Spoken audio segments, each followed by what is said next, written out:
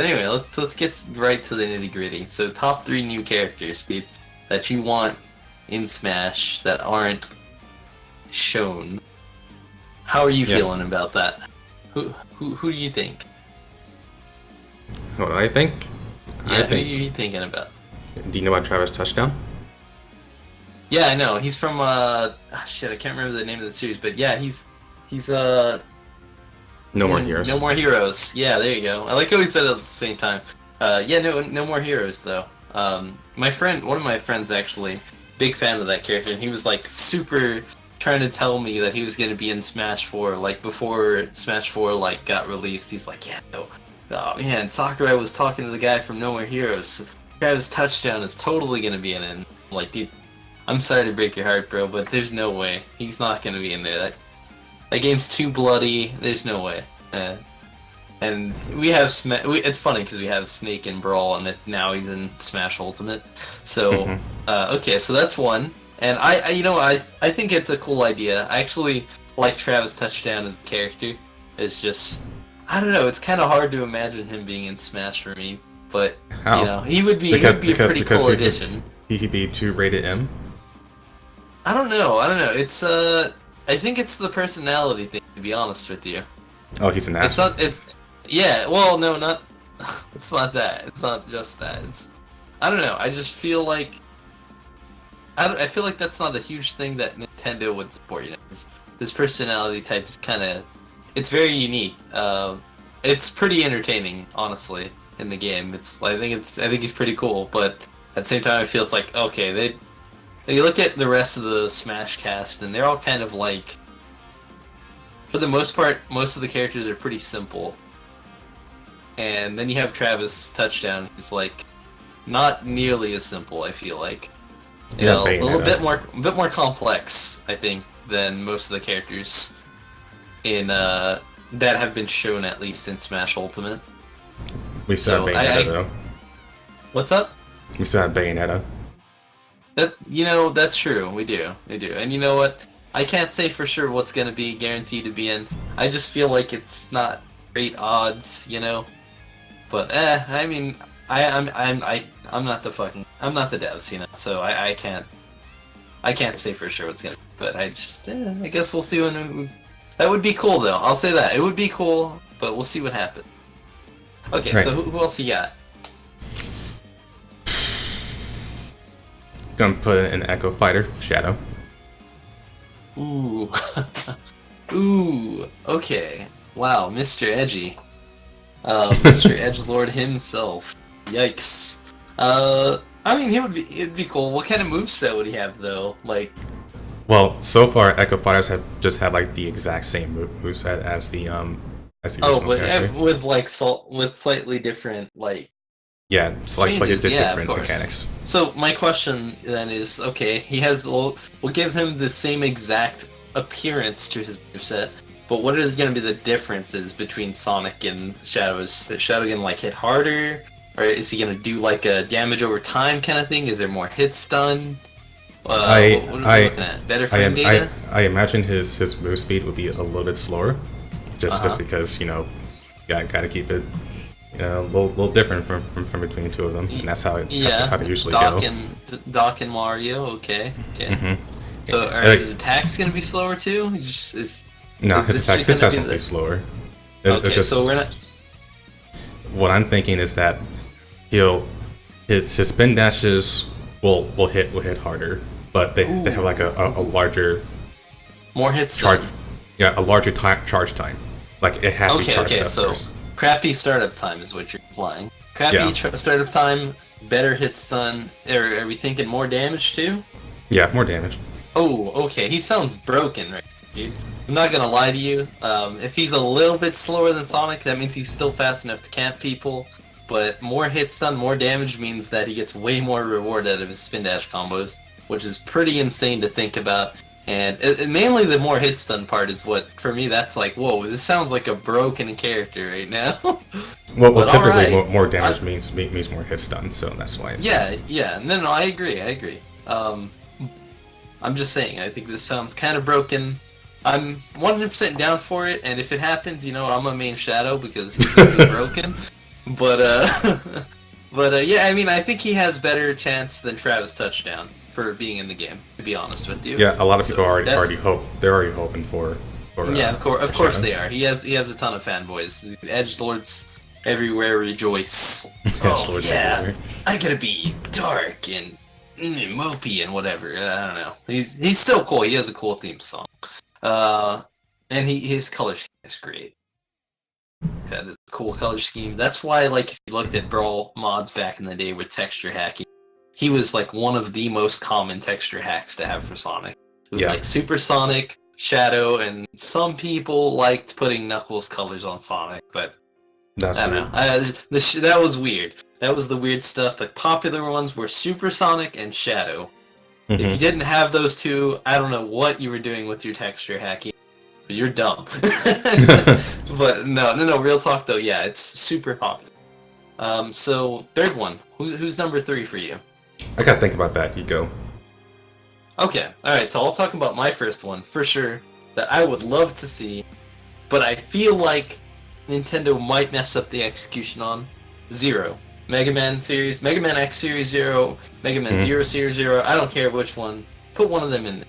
That'd be so nice. He definitely would be like that. That'd be an interesting pick, but I feel like they'll just throw a counter on him. Yeah, of course they will. They don't want him turning into Marvel vs. Capcom Zero. Are you kidding? You're nutty. They'll just have him combo people to oblivion. Although I'm not gonna lie to you, if he did that, I would love it. I'd be the Bayonetta Slayer. Zero, boys. He's the new Meta Knight 5.0. He's just combo everybody to death like he's Ryu, but be way more mobile and have a sword. Ugh, top tier. Would he have a projectile like in Marvel vs. Capcom? He can have anything he wants as long as he's the best character in the game. Make him broken. Like blatantly so, to the point where people won't make like side events where it's Zero allowed and the main event is just Zero banned because everyone knows he's broken as crap. And Nintendo's not patching him. It'd be great. Question then. Is he going to use his Z-Buster? Oh no, of course not. I mean, he'll have it. It'll be like a thing where he can like jab lock people with like laser locking as Falco. The hitbox will be ginormous, so it's this perfect jab lock. You know, he hits you with like a nair when you're on a platform, you shield it, you take the pratfall, he jab lock, lasers you, pew, pew, pew, and then you're like, alright, I'm gonna get to play the game. He dashes over there, down throws you, does like some weird Shipuga into super combo, and you're dead. Great. Fantastic game plan. Let's go with it. No. In all honesty, though, I mean, that would be really fun. I'm not gonna lie, that would be fun. But from a competitive standpoint, I guess it would be cool just to see him with like a moderate moveset, and I would want him to be a solid character. I mean, they have a lot of options for moveset he could choose from just based on how many games he's had that he's been in. They could, heck, if they wanted to, they could practically just steal his moveset from MVC3 and just adjust it a little to fit Smash, which would be pretty sick. And that's kind of what they did with Street Fighter Ryu anyway, so it wouldn't be it wouldn't be too difficult for Nintendo to do that. And it would appease so many fanboys, and I assure you there are way too many Zero fanboys, myself being included in them. But although I will say back in the day I was way bigger a fan, nowadays I'm like, you know what, X is pretty lit too. And that brings me to the second one, X. We need our boy X in there. You want both? I want both. Yes. Give me both of those guys. They're super cool, and we'll toss in Ken as an Echo Fighter. Why not? Let's go. The third one, let's go. Ken! Yes, he's gonna... The only thing is, he won't be that much of an Echo Fighter, because he'll have Shoryu Reppa instead of regular Shoryuken, so his first two will combo into the third one. It'll be slightly less knockback than regular Shoryuken, but it'll do like 26 damage. It'll be great. The kids will love it when they're playing For Glory, and they roll into a Shoryu Reppa, and it's over. That stock is half gone already. It's great. Can't wait. I want all three of these characters to be able to combo. Maybe not X. I'm actually okay if he's like really campy and just spams dash lemons everywhere. That'd be great. Maybe some charge shots. I don't know. He's got a whole good moveset. Strike chain he can use. Maybe he can have his final smash be Shoryuken from X2 or Hadoken from X1. Maybe he'll have the Z Saber from X3. I don't know, but give him some crazy nonsense, dude. And yeah, Echo Fighter is Ken. Awesome. So what's your third? Jean from Bayonetta. Who?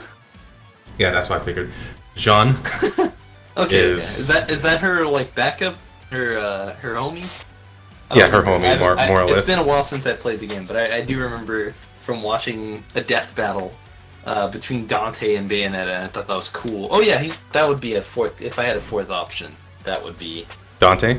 Yeah, if I had a fourth option, it would be Dante. So cool. Love that character. In the games, in MVC3, he's cool. Like he's hype, dude. So yeah, Dante. If I had to choose a fourth one instead of Ken, Dante. Yeah, for me, it would be Jean, mainly because Bayonetta is the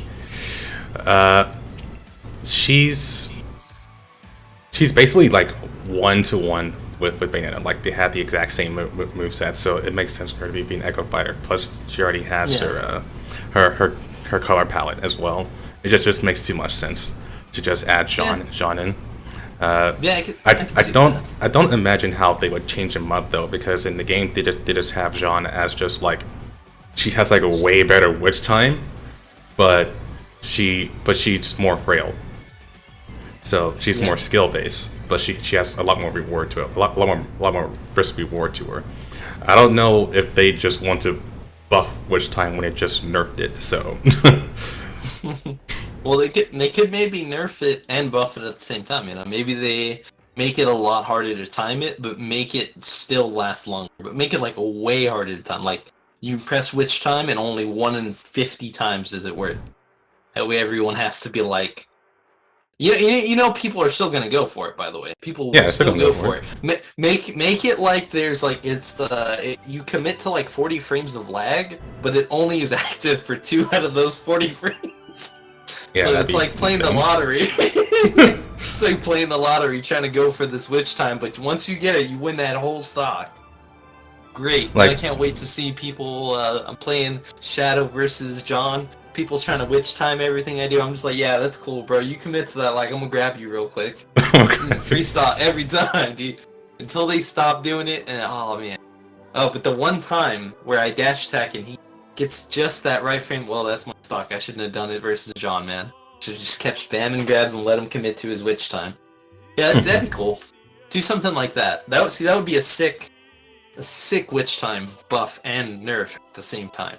Because if you just make it last for like 40 seconds of being stuck in witch time, but only 2 active frames, easy.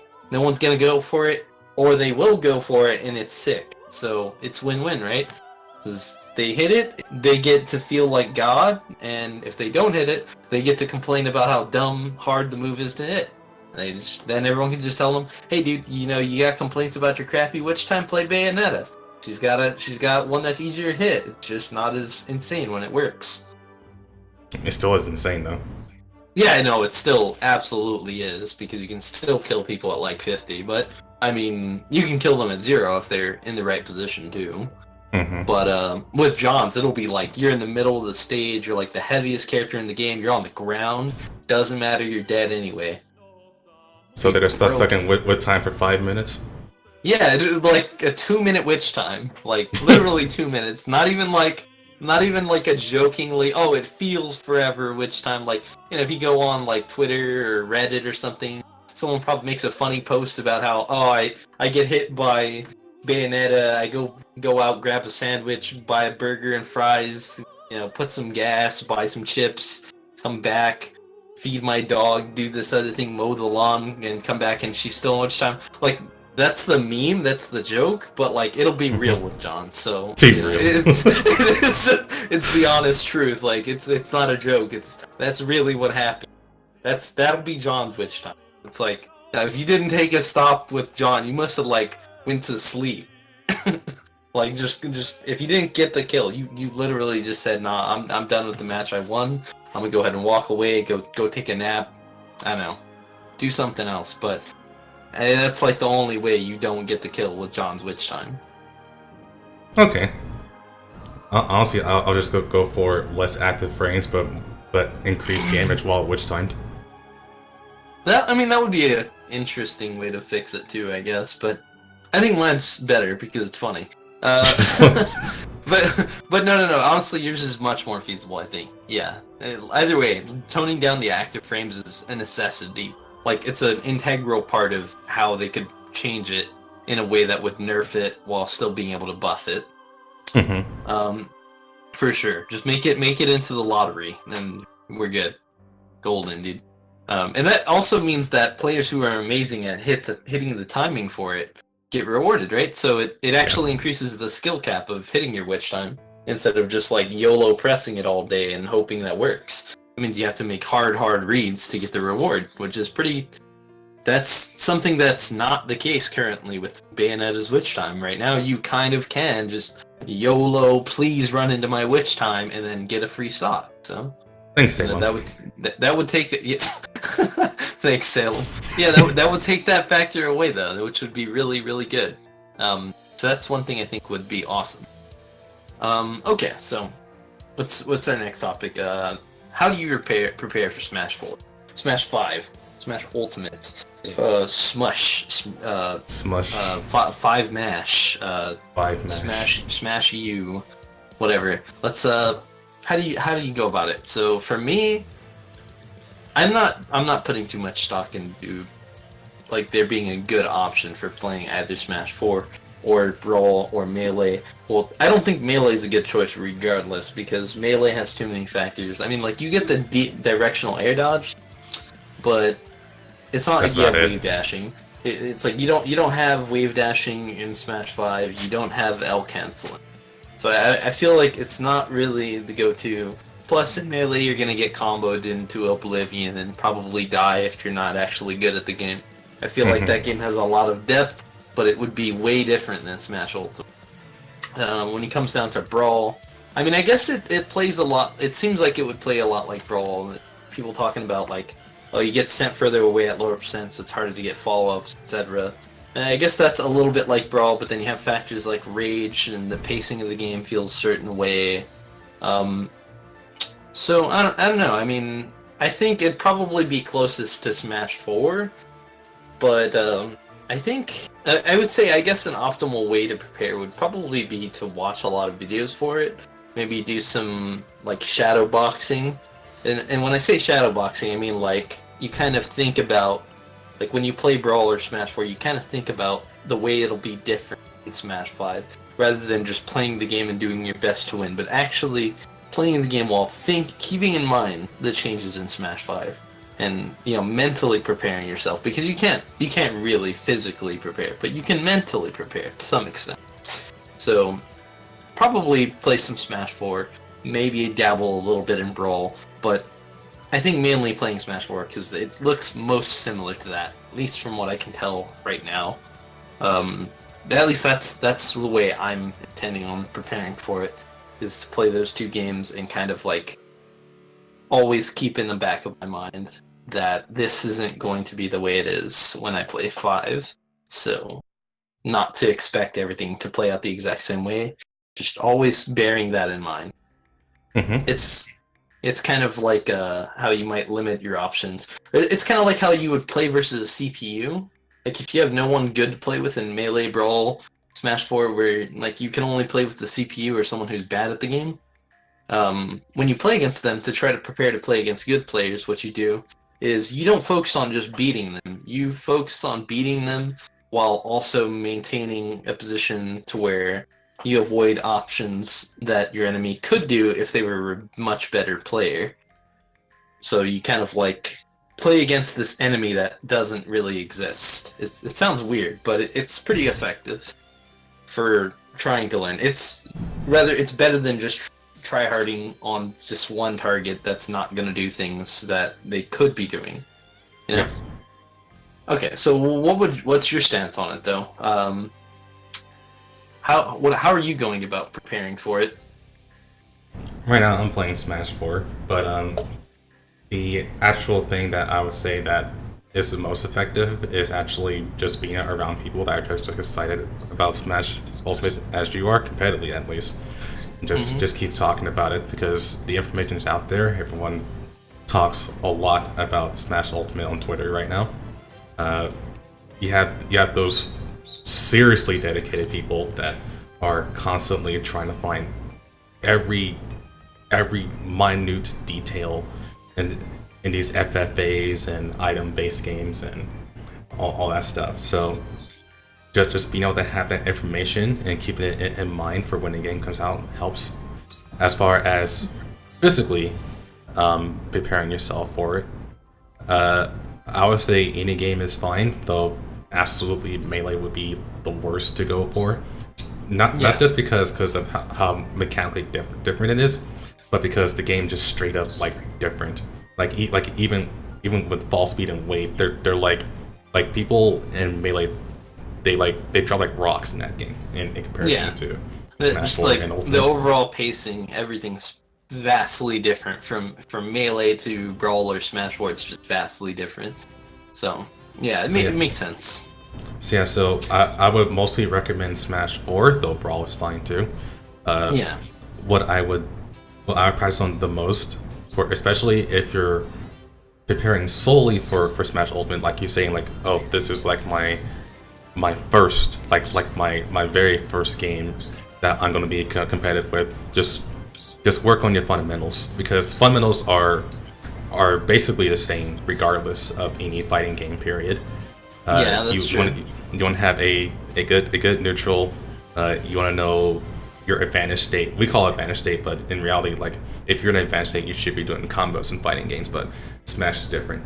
Anyway. There's stuff like zoning and ledge trapping, etc. Actually, hold up. Can we rewind for a bit and then let's talk about neutral for a second, because this is a thing that I feel it's a word that gets thrown around a lot. I feel like if you ever go to a local and you're like listening in on someone, maybe you're watching like an intermediate play against a low level player, and the low level player is like asking, well, how do I get better? And this guy's like, oh, you need to get better at your neutral. But they don't like expand on the little details. Now, I could probably write a book on neutral and how it should be played in all Smash games, but I think there is a book. There probably is. I have no idea. But how would you would you describe neutral to someone? What is neutral, and how do you get better at it? What exactly does someone need to know to be good at neutral? To me, in your opinion, neutral is basically like when both players have their options, like both their options available. No one is hindering the other person. So it's mostly about it's mostly a matter of knowing how to get to that advantage state. Knowing your frame data, knowing your full kit, and knowing your mix-ups. Like, it's actually very, very dynamic and kind of hard to explain in just words alone. But I say that's like the most basic way to go about it. The neutral state is when both characters are unhindered and they have all the options available. Right, and this, for me, I feel like is a big reason why, if you want to learn this particular thing, it's neutral, because it revolves around people being in a state where they're not quite at advantage, not quite at a disadvantage. I feel like that's one thing you learn best in Brawl, just because there's so few like combos or confirms. There is stuff to be learned for the pacing for 4. But neutral on its own, I feel like is played most often in Brawl. Unless you're seeing it at like super high level player play against a mediocre player, then you might see more of one person constantly being an advantage. But when you see someone like Ally versus King, but like oftentimes you'll end up seeing mostly neutral, and it comes down to like, okay, well, Ally threw a grenade here, Mewtwo King power shields it, throw the grenade out of the way, or tries to throw it back, etc. They kind of play like this little footsie game, almost like Street Fighter. But it's like from even greater distances oftentimes because of stuff like, dash speeds or, range projectiles, etc. All these options that people have against each other from a neutral position. Yeah. And that stuff, like, it's still very, very much there in Smash 4, but I feel like you get a little bit more out of it every time you win your neutral in Smash 4. If you're playing, well, maybe not for every character. I'm not sure how it is for like the lowest tier characters like Doc and like Puff and Ganon, I'm not so sure, but I know for characters like Mario, Bayonetta, Fox, Ryu, those characters in Cloud too, you get hit with one opener that puts you in the wrong spot, you're about to take like 5 hits, that's like half your stock. And if it's like Cloud and he already has, his limit, you're probably about to lose your stock if he's playing his advantage state on point, or it's Bayonetta, you're on a platform, your stock is gone, so you're not likely to play neutral for nearly as long. So Smash 4 is definitely more momentum heavy.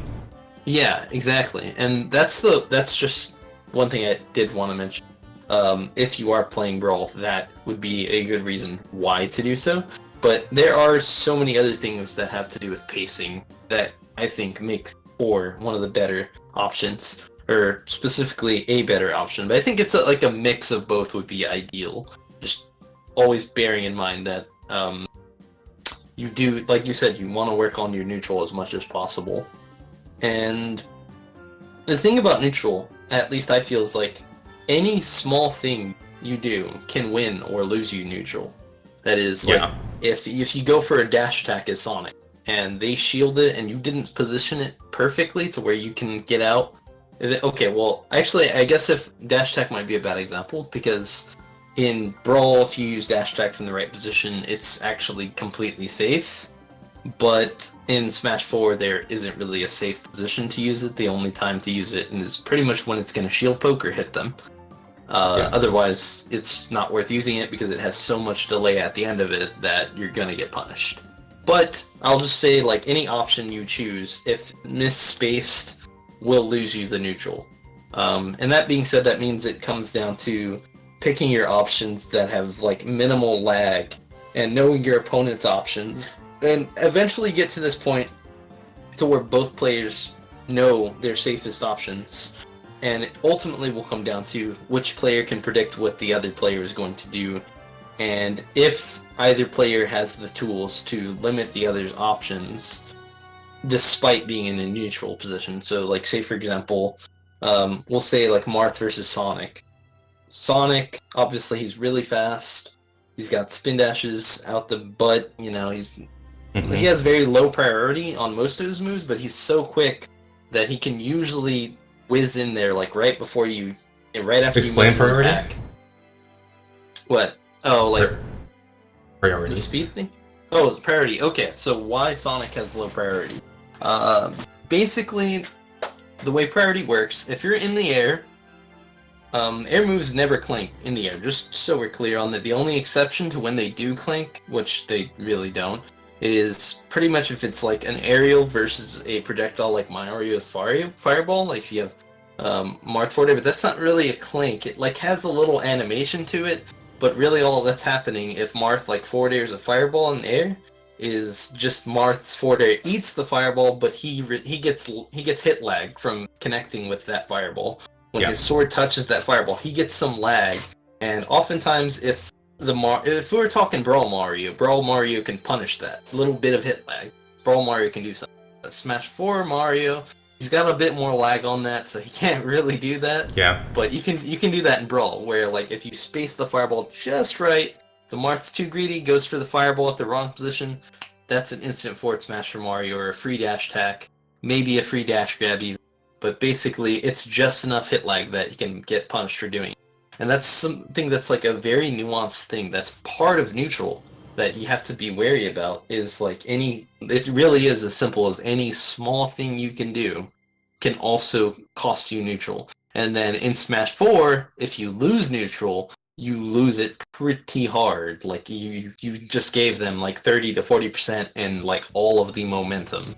So it's so pivotal to make sure you're winning neutral when you're playing against someone who knows their options. I mean, if you play someone who doesn't have a consistent confirm game, their combo game, or they're not that good at punishing in advantage state, like keeping you in a disadvantage state, then fine, it becomes less important. But when you play against someone high level, like top tier player, play against someone like Larry or Zero, MKLeo, no, you cannot afford to lose neutral versus these players. They will dominate you for it. But that being said, neutral it's very expansive. So when someone tells you you need to improve your neutral, it's not a very simple thing to improve. It could be anything ranging from you need to improve your spacing. It could mean you need to improve your reads. It may mean that you need to be a little bit more choosy on which options you're using. You could be doing things that are too laggy. You could be jumping too often. You could be not walking enough. Maybe you shield too much. Maybe you roll too much. There's so many things you can do wrong. So if someone ever tells you you need to improve at neutral and you want to learn your neutral, you want to improve it, don't just say, "Oh, okay, thank you." You know, if someone says, "I need to improve my neutral," you should immediately ask them, "What about my neutral do I need to improve?" And, you know, ask those questions that are listed of those options. If you can list those options, that will make it much easier for someone to tell you exactly what they're doing wrong. Because a lot of times if a top player or a high-level player plays a lesser-level player, I'm not going to lie to you, sometimes they'll autopilot. They'll straight up not pay attention to the game they're playing because the skill difference is just so vast that they don't have to think when they beat you. And that's a really sad and hard thing to come to terms with, but it's the honest truth. It happens. So if you want someone who's higher level than you to help you improve, you gotta be down to the nitty-gritty details with them. And then, you know, if they still can't come up with something, then you can say, "Okay, well, can we have another game?" And you try to focus on those little details for me. I really would appreciate it because I really want to learn, I want to improve my neutral, and you let them know. And that's how you improve your neutral. So try to get as much advice from better players as you can. Playing Brawl does help too, but it's mainly you really have to like ask better players what you're doing wrong specifically. Don't try to be vague either. So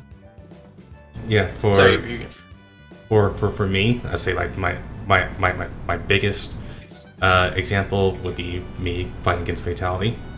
Fatality being like the super duper Falcon main. He decimated me. I asked him what can I improve on. He kind of made this vague explanation, but fortunately I was gonna to like kind of understand what he meant after I thought about it for a while. But basically he said that like I would wait for things to happen. Yeah. But that basically means you're not proactive enough. Yeah, not proactive enough. Like I'll just wait for things to happen, and then I wouldn't give it, or he wouldn't give it to me, and then I just get like confused, and I just hit a button, and then he just punched me for it. So he kind of put it in that way, and that's like mid level play where you're kind of used to like destroying. Someone's constantly doing stuff, and you can just reactively play and just bop people over their small little nuanced mistakes because they're not really thinking while they're playing. They're just pressing buttons, and you're like, "Okay, well, you're just gonna press these buttons. I'm just gonna use these buttons that beat your buttons, and now you lost the game." Yeah, and that's what I consider mid-level play. Mm-hmm. And I agree. That's like low and mid-level for sure. Low, I would say that's mostly low and mid-level play. When I think about really true low-level play, it's the same person picking the same option, and then maybe rolling away afterwards or some crap like that. That's low-level play, and then mid-level play is like somewhere around. You start recognizing they're making mistakes, but maybe they're still making them, or they're trying to mix it up, but not doing so in a way that's very full. For me, mid-level play is when like you have a solid game plan, but you don't adapt. Right. Yeah. And then high-level play, that's when people start adapting on a dime. They're just like, okay, got punished for this option. Let me use this. I feel like high-level play is when people start really using conditioning to its fullest. And then you have top-level players who they don't easily fall for conditioning. Their mix-ups are on point. Their spacing. Their punish game is just insane. Like, everything is so polished that it's almost unfathomable to imagine even beating them unless you can catch them off guard with something they've literally never experienced, like a matchup they've never played before, or like a top level player playing the matchup in a way that they haven't played against. Like, outside of that, it's very unlikely to win. And that's why I think a player like Zero managed in Smash 4 to have such a long win streak, is that he had so much experience. He was playing the game since 3DS, and playing the game as soon as 4 came out, and was just kind of on a grind, like going to everything as often as he could to get as much experience as possible. And I mean, he got caught off with some stuff, despite like, probably putting more effort into the game than I would say just about anyone else did. Like, a lot of people put an effort up. I'm not going to say nobody put an effort, but definitely but no one put in as much effort as he did. Yeah, exactly. It's like, no, I don't think it was some like, oh, well, Zero has the secret. No, he just put in way more effort than everybody, dude. He didn't have like the secret formula of the Krabby Patty. Like, no, he had a lot of experience. That's really all it was. And after people started catching up the experience, we start to see him lose to people. That's how it goes. That's Smash.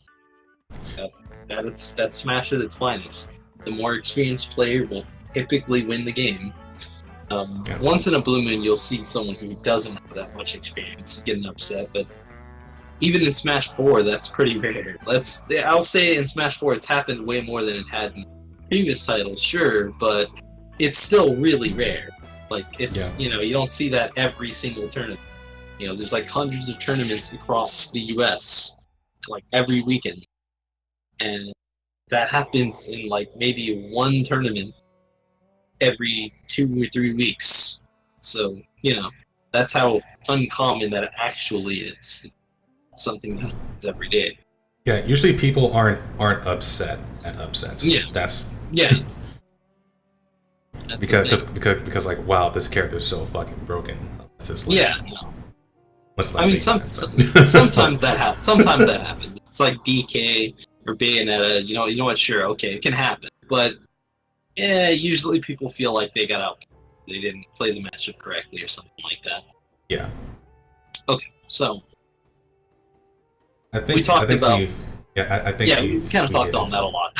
So let's move on. Next thing we got is the interview, right? We got that interview.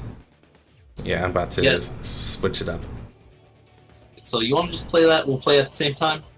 Let me know when you have it set to capture on OBS, because there's a little stream delay there. I could have screen shared it with you, and then that would work. No, because I'd still need the audio. Anyway, I'm just gonna look at it from mine. Just play it the same. Just let me know when. All right, give me a moment.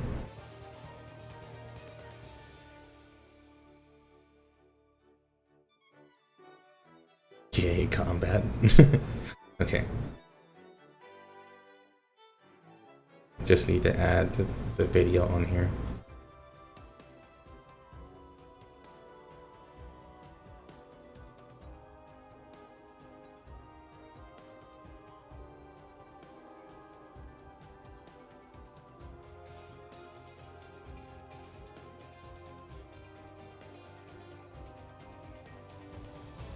Okay, it's ready. Okay, so let's go play that. You can count it down. Hold on. Okay, 3, 2, 1, play.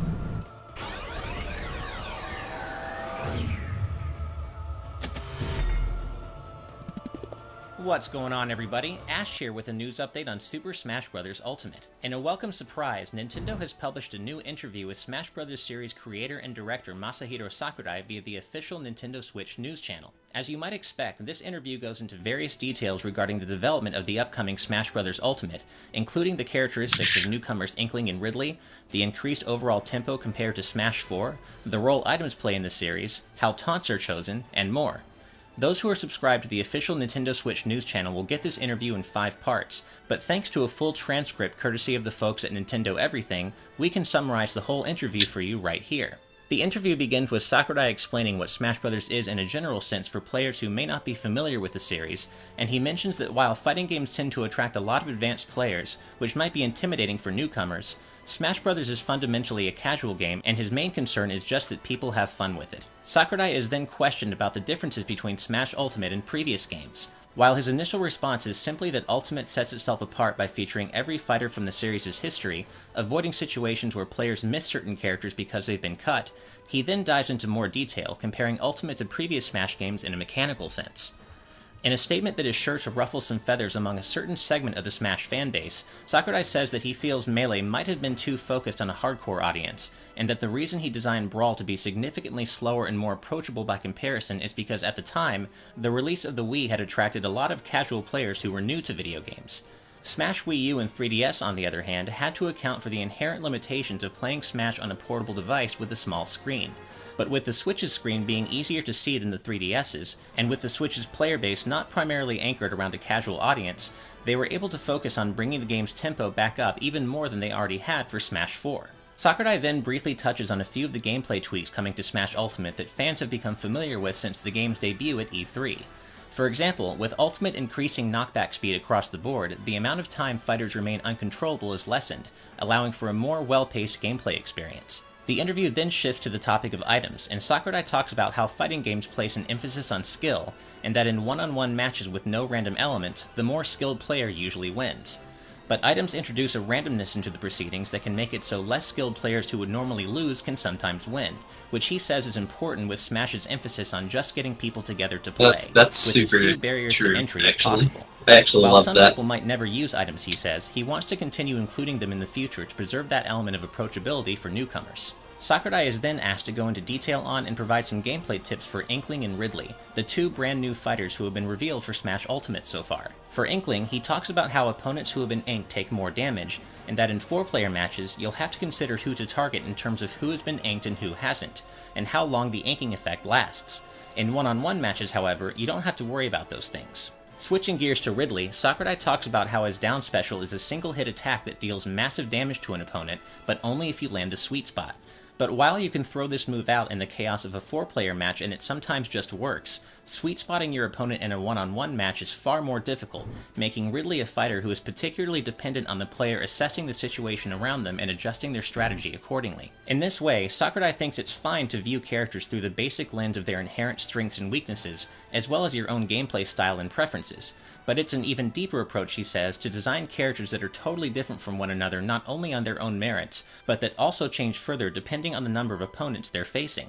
Sakurai then goes into some of the reasoning behind slowing down the action and zooming in dramatically when a critical hit is landed, explaining that there are actually two distinct variations of this effect: the special zoom and the finish zoom. A special zoom happens when someone lands a highly damaging special move, such as Captain Falcon's Falcon Punch, in a one-on-one match. A finish zoom, on the other hand, is associated with a flash of light and occurs in stock matches when a hit looks like it's going to take out a player's last stock and thus end the match. Because Smash is a game that requires the camera to constantly be pulled back, thus making the fighters small and reducing the moment-to-moment intensity, Sakurai and his team came up with the finish zoom as a way to infuse some much-needed drama and create an effect that just feels good. He also notes that while both zoom effects mainly occur in one-on-one matches, where they won't interrupt the action for other players, there are times when the zoom effects will happen in free-for-all matches even when there are players still moving off-screen, such as during final smashes. Sakurai says it can be fun to have to predict your movements off-screen though, so they left it in. The interview then moves on to the topic of Smash Ultimate newly punishing players for dodging repeatedly over a short period of time. This was implemented because there are times when simply continuing to run away gives players an advantage, such as by being evasive with a fast character in a timed match. Sakurai notes that having someone just dodge over and over again isn't fun, and that he wants to penalize that kind of play as much as possible. Sakurai then goes into a bit of the reasoning behind adding the ability to perform short-hop aerial attacks simply by pressing the attack and jump buttons simultaneously. In general, he says, the harder it is to pull off techniques in a game, the more that game trends toward a hardcore audience. But by simplifying the execution of such techniques, more players become able to perform them without sacrificing the game's overall depth, thus lowering the barrier of entry to simply controlling your character in a general sense. And this strikes at the heart of their core thinking for Smash Ultimate, that the best competition happens after players can properly control their fighters. After this, Sakurai confirms that they decided to have players take more damage in one-on-one matches versus free-for-alls in order to throw a bone to the competitive community, where matches between advanced players can sometimes tend to drag on. By scaling the amount of damage players take according to the number of players in a match, Sakurai says, the back and forth between players in one-on-one matches is quickened. The interview then moves on to the topic of taunts, with the interviewer mentioning that they've always wondered how each character's taunts are decided upon, and asking if Sakurai has a favorite taunt himself. Rather humorously, Sakurai responds that each fighter's taunts basically come down to whatever he feels like. Explaining further, he says that without taunts, Smash is nothing but fighting, and that it can be hard to express each character's individuality and unique characteristics through fighting alone. Elements like unique idle animations and taunts are a subtle way to further showcase each character's qualities, Sakurai says. And as for his own favorite taunt, he says he really likes Ridley's down taunt because it makes him stand up straight, thus showcasing how tall he really is. He's pretty big, Sakurai adds, about 4 meters tall in fact. He then continues to poke fun at the beloved Purple Space Dragon, mentioning that despite that tallness, he's never understood why Ridley commands the Space Pirates, considering he doesn't look like the intellectual type. To wrap up, the interviewer asks Sakurai if there's anything else he would like to say to new players, to which he responds that if possible, new players should first get together and play Smash Ultimate with some friends before jumping into the deep end with online matches. Either way, Sakurai says, Smash is a game that allows advanced players to really showcase their skills, but there are also plenty of ways to enjoy it casually, and it's his hope that everybody can enjoy playing Smash however they want. And that brings us to the end of the interview, which also means it's time to wrap up this news update. What do you think about Sakurai's development priorities for Smash Ultimate? Did anything stand out to you in particular? Let us know what you think in the comments below, and as always, if you enjoyed this video, please hit that like button and make sure to subscribe to GameXplained for more on Super Smash Bros. Ultimate. Okay, so there you go. I mean Young Link now. You want Young Link? Yeah, because you drank a bottle, so I mean. No, real talk. So they went all over a lot of stuff actually. Yeah, they did. A lot of it I feel like was targeted towards making casual experience better, but as well as trying to still keep in competitive audience, which is cool. Yeah, and they mentioned stuff they had mentioned before, like the roll dodging. Yeah. As well as the zoom in stuff. It was pretty much none of it. Like almost none of it was like really. So. But I mean, it's really good to know they're keeping in mind both competitive and casual. They're not just like trying to cut out the part of their audience this time, which is really good for sure. And I like the idea that they are trying to speed the game from Smash 4 as well. It's kind of cool. Yeah, one thing that I've noticed when I watch the interview is just the fact that they said, well, of course we already knew for a fact that they slowed down Brawl because they thought Melee was too hard. Like we already know that. That's for sure. But I think this is like around the first time they actually said that that they tried to speed up Smash 4. Yeah, only because they felt like the casual audiences basically diminished. Yeah, that's something like. Yeah, something like that. That they felt like that the hardcore audience is becoming much more prevalent, I guess, is what they're actually trying to say. Yeah, they basically felt like with the release of the Nintendo Wii that there was going to be a lot more casual audiences interested because of stuff like Wii Sports and all that kind of jazz. Just the fact of being able to have motion controls, whatever have you, and so now they're gearing towards more focus on competitive. While still not cutting out casual audience, which is cool. I actually kind of prefer it that way as someone who's playing the game competitively. That's something I look forward to. It's good to see. What can I say about that? I mean, although if I'm completely honest, outside of like stocks ending faster, Smash 4 hasn't really felt faster to all since Brawl. But either way. I mean, stocks do end faster. That's definitely faster, I'll say that. But it is good to know they are trying to still take it more towards a competitive side, which is really cool.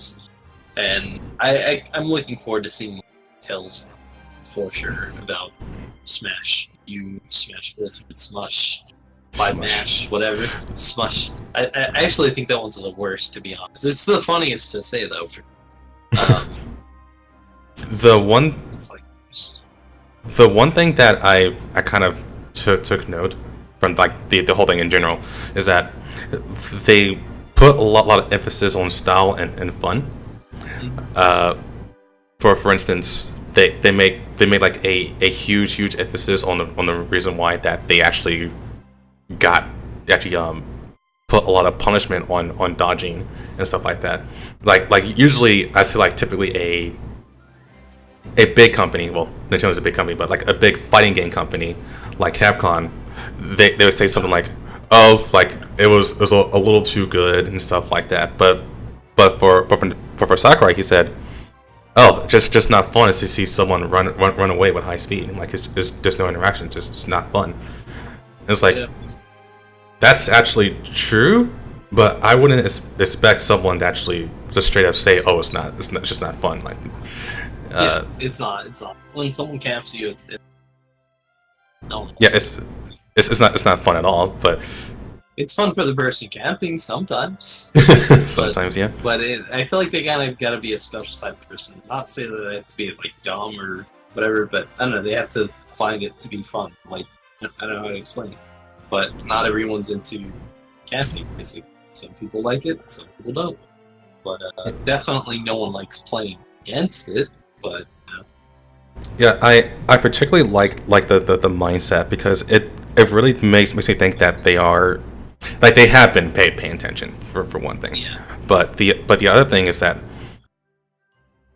my question now is like, have this been like a giant plan the entire time? Like, first we want to bring in the casual people from Brawl, like with the Wii's, so Brawl, like the people that never played a Smash game before are kind of like in the Smash community right now. So they're slowly ramping it back up to maybe Melee level. Who knows? Yeah, it could be something like that. And maybe that'll be the thing actually after Smash 5. Who knows? Maybe it will be, Smash 5. Maybe Smash 5 is going to be just as... I mean, it sounded like they wanted to introduce more tech, though, from what the guy was saying. Introduce tech while not making it impossible for a more casual audience to be able to use it. As in his words, he wanted to be able to make it more accessible to the players while not necessarily hindering the depth of the game. Yeah, which I do agree with. Yeah, I think it's cool. It's like having more options available that the casual has the option of using, but might not necessarily use, which is good. And that adds a bit of a skill floor. Just having more options that are useful, you benefit from using, but you don't necessarily have to use. Because casual players will typically latch on to a certain option and use that way. But having more options just means that a higher level player has more chances, more utility in their kit that they can use that a casual player will not use. So it definitely means that they're keeping in mind they want the skill gap to be there for sure. They don't want it to be something where you have to like grind for like a week straight on learning how to do this one advanced technique just to be able to lord it over other players who aren't capable of doing it. Which is cool. That just means it'll be a little bit less technical, but it'll still be very deep, which is good. That's a good thing for sure. Yeah. There's a certain phrase that they said that kind of summarized it all. Oh yeah, they said they know for a fact that the game is most fun when everyone plays their characters right. Something like that. Yeah, that's true. And that's definitely true. So, do you want to go over the notes we had from Buzz or the tweets? Yeah. I already know something about by heart, so I'll just name one right off the bat. Okay. Short hopping deals less damage than a full hop. Oh yeah. About the when you do a short hop aerial, do like 85% the damage if you did a full hop aerial. Which is so crazy. I think that's kind of weird. That's so strange.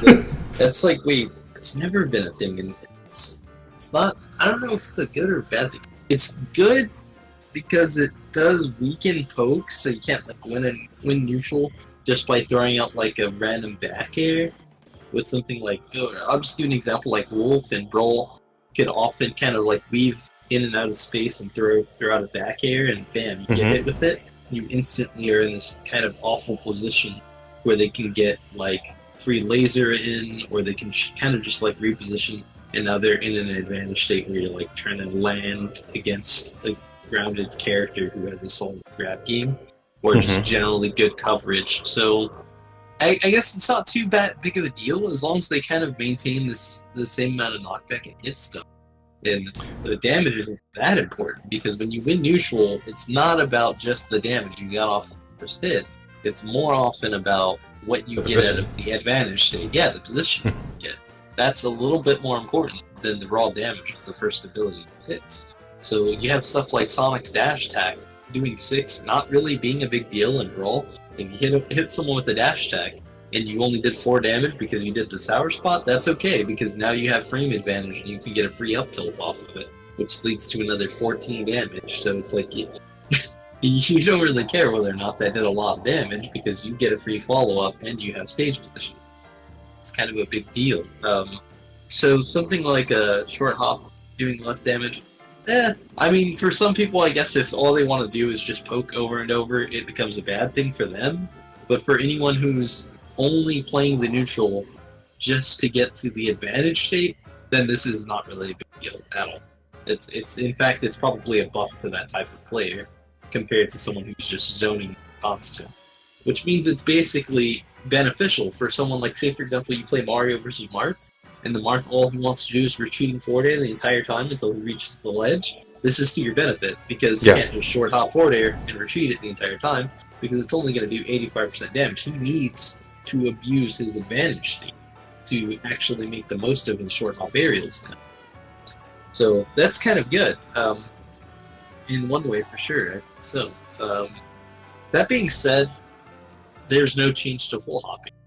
And yeah, no change at all. I guess think that's because jump squats are slightly faster, but that's about it.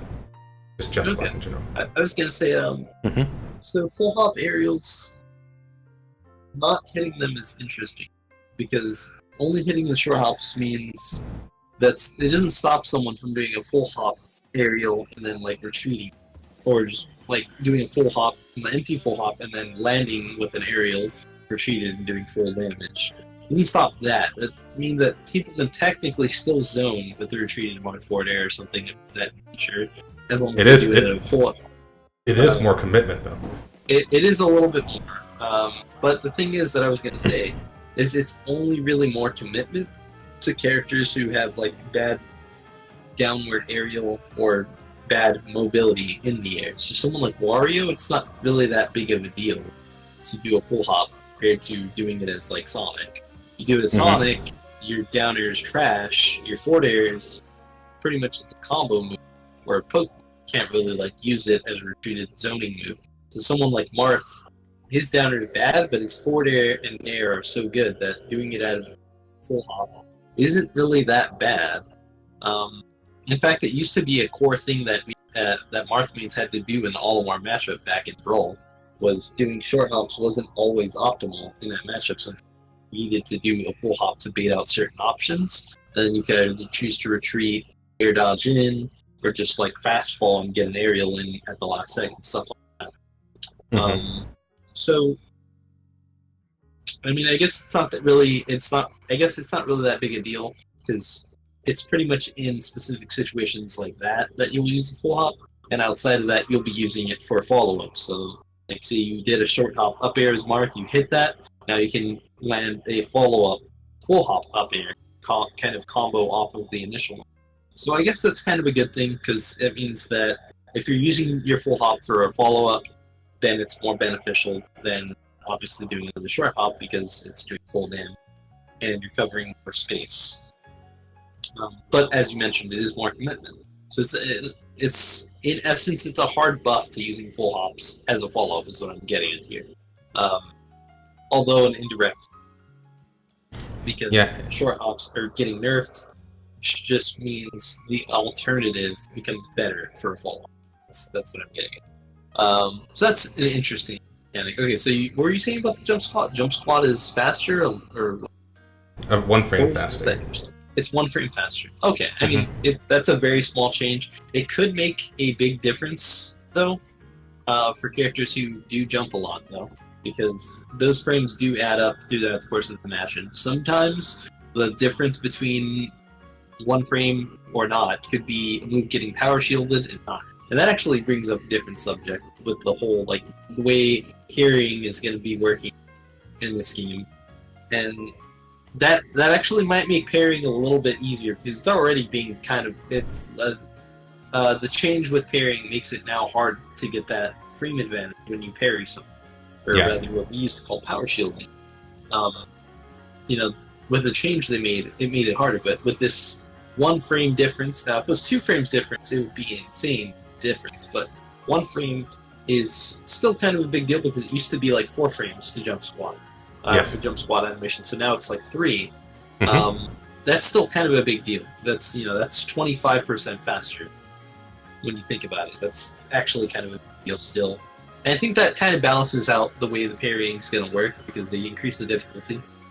This doesn't necessarily mean it'll be as easy to parry as it used to be with power shielding, of course, but maybe a little bit closer to it than if they did make that change. So that's something that's interesting, I'd say. Yes. Well, my just thing an example. with short hopping is that if things go like the way as they should, as in like, well, the damage is congruent with knockback, as in damage affects knockback. So if it's unchanged in that way, then short hopping in some ways is both a buff and a nerf, because things that can be short hopped and deals less damage can actually be more worthwhile to use at later percents for comboing. Yeah, that's true. If we're not talking about decreasing knockback, I mean, if the knockback isn't also being, if the knockback is also being decreased, then yes, you can more easily use a short hop air and combo into something because it has less knockback. It would make it easier to combo into a kill option. Like you might actually be able to do something like do a falling short hop up air as Marth and combo it into a tipper up air out of a full hop aerial and secure the stock, which would be pretty crazy. It's not really something you may or may. I don't know. Maybe someone can pull that off before, but it's not something I've seen in 4. But would be interesting to see that in Smash. For sure, and just like options like that would be kind of cool. Maybe like a falling up air into back air, etc. Just being able to combo off of a short hop at high percents is kind of cool. That, like you said, that makes it sort of a nerf in one way, but in a different way, it opens up new options, which adds more depth to the game, which is exactly what you want in a really fleshed out, solid Smash. Yeah. It's just weird though, because I wonder what the thought process is behind it. What's the reason behind the change? Yeah, what brought it up? What made someone? What turned on the light bulb? Yeah. That's pretty interesting. It makes you wonder if someone on the dev team maybe does a little dabbling in the game. Who knows? Because that's definitely something that you wouldn't think like a casual player would come to that conclusion on their own. Yeah. Not too easily. So interesting to say the least. Maybe they got some advice from someone. Maybe they asked anonymously, or not behind closed doors kind of thing. I was gonna say anonymously. They like private message someone, hit someone in their DMs. Hey, what do you think? What's an idea? What do we need to change about this? They just asked Daigo. They just asked Daigo. They just asked Daigo. Yeah. Daigo Umehara. Yeah. Daigo, what do you think would make Smash 5 better? It's like, the short hop aerials. Like, oh my goodness. Great. Okay. Yeah, that's cool. So another one. This, okay. You got one for me? You got one? I was gonna say, what's this power of flight ledge grab? Was that for Ganon or? Who's that for? Our Oh, is flight that should Pit? for Pit, yeah. That's Pit. Okay, okay. So But I'm what is saying that exactly? Is that another. his, like glide? Yeah, that should be his up B. Oh, okay, okay. His upward special. Okay, got it. Okay, so now that it just changed the frame data to make it a little faster. Yeah. Okay, that's interesting. It's a neat little buff. One universal change is also you probably already know this, but shield dropping frames. If it went up from 7 to 11, so it takes. Oh, wow! Yeah, it it takes actually much, has much way longer more. Yeah, that's shield. really that's a huge deal. Yeah. I didn't know about that. That's actually crazy. That makes it super not worth shielding. Excessive. If you're sitting in shield for too long, man, you might get punished. That means that actually means grabs beat shield way harder in Smash 5 than they ever have in any previous Smash title. Okay. That's crazy. I should bring this up too then. Grabs. Grabs got nerfed. Okay. They got increased by 3 frames universally, except for tethers. Tethers got buffed. They're now 6 frames. So then we're looking at something like Mario grabbing 1 frame. Yeah. Yikes. That is a hard nerf, but I mean, considering what we just talked about with the shielding, I think it still kind of evens out. Yeah, it basically means we might see block strings now? Maybe? Yeah, that's a little more likely to see. Of course, there's still the parry mechanic, but yeah, which may be yeah, the reason why they add in the parry mechanic. We might be seeing some block. I actually think I saw a little detail someone had posted a while back about if someone tries to parry something, if it's a multi-hit move that hits within a certain frame and lasts a certain duration, then the person parrying will still not be able to do it unless they have a 1 or 2 frame option. Yes. So unless you're playing like ZSS and jabbing your Peach and jabbing, you probably can't do anything even if you land a parry. Because you don't get that much invulnerability off of it anyway. And pretty much if they're hitting a multi-hit move, they're still going to hit it anyway. Yeah, so that actually heavily favors characters with faster jab or a quick option. It also means that you can't do like a parry into an aerial because you have to commit to the squat action. And then you also still have your aerial. So, basically an out of shield option off of a parry isn't nearly as good as it could be. Imagine if the meta begins with the best characters being ones with a good up B out of shield like Marth. Yeah.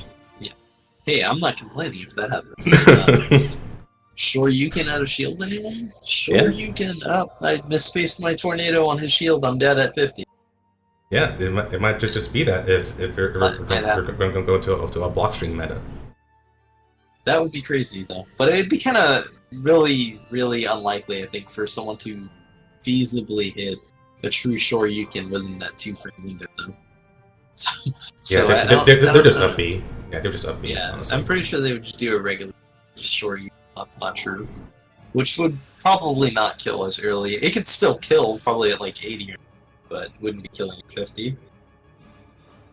Oh, well, actually it might not even kill even then. Depends on if they knock back on Shoryuken, really. No rage either. Actually, do you want to talk about that data sheet from Debuzz? He made a pretty... It was 5 pages? It's a lot of information. Yeah, a lot of little details here. What do you want to start on? We can start from the top. It's a lot of information. Let's just get through it. So the first notes he said he's focusing on buffs and nerfs and theoretical effects. He's not going to mention universal changes unless they are significant for the characters or do not apply. So he's like, dash attacks kill now, faster and more versatile movements, slower characters, and fastest characters. So Sheik and Fox are looking to be slower. Aerials have less landing lag. There's air dodge nerfs with the directional air dodge, and you got your damage buff in 1v1s. Jab and footstool locks. Jab and footstool locks can be teched. Yeah, that's a big thing. That ruins my idea that we talked about earlier with Z Buster locking somebody, man. That ruins everything. Yeah. I completely forgot about that. It's so lame. Now what am I gonna do when someone shields my Nair and then I want a Z Buster lock? It's bad. Okay. Alright. So anyway, so Marth side B is no longer a Rekka. What is that? What's that even? What's that word name? Okay, but he says it's a more powerful and reliable kill option. More lag. Okay, so it sounds like it's more like the melee dance then.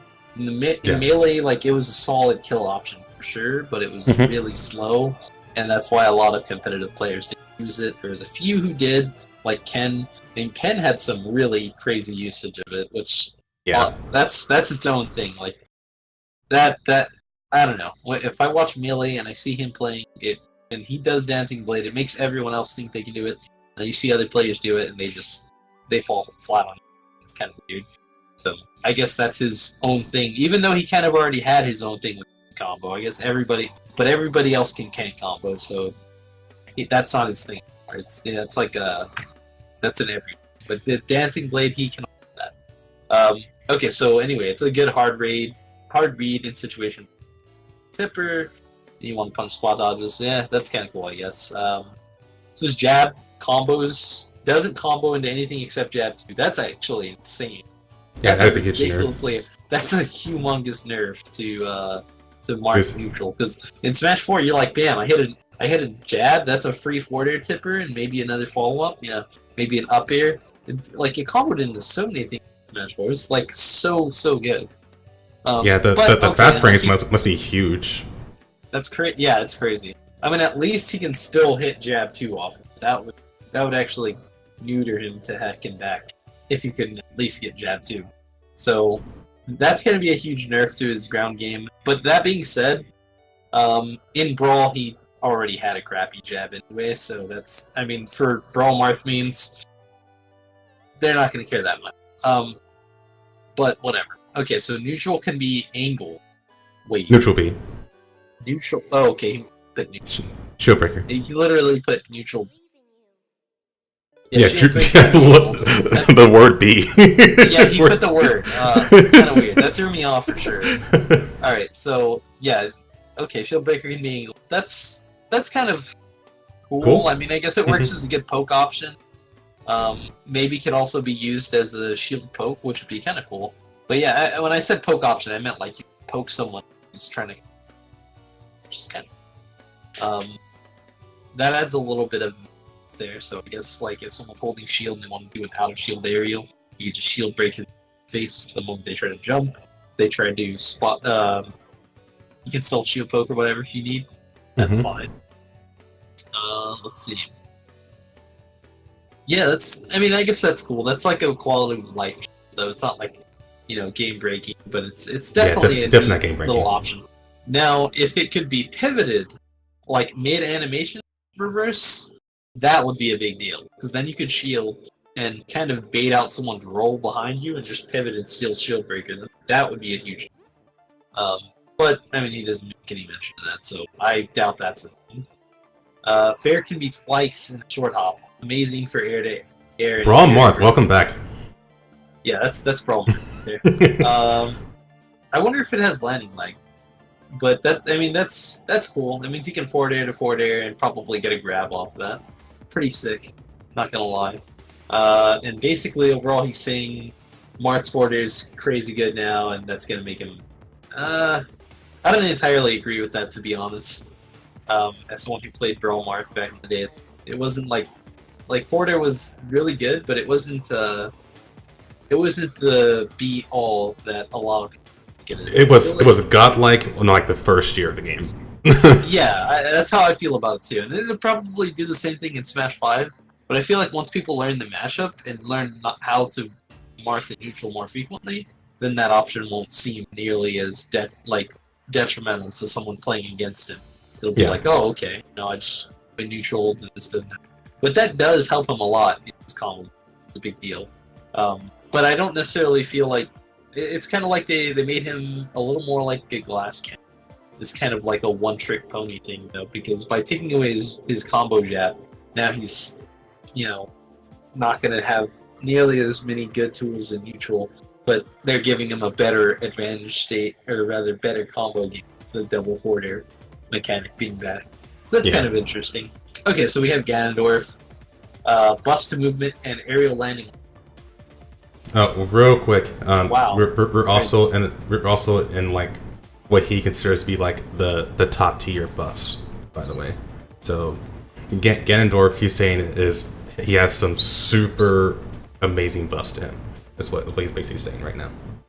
So he's saying Ganondorf has like a lot, like general buffs to movement and aerial landing leg, which allows him to apply a lot more pressure, and he still hits just as hard as he did in Smash 4.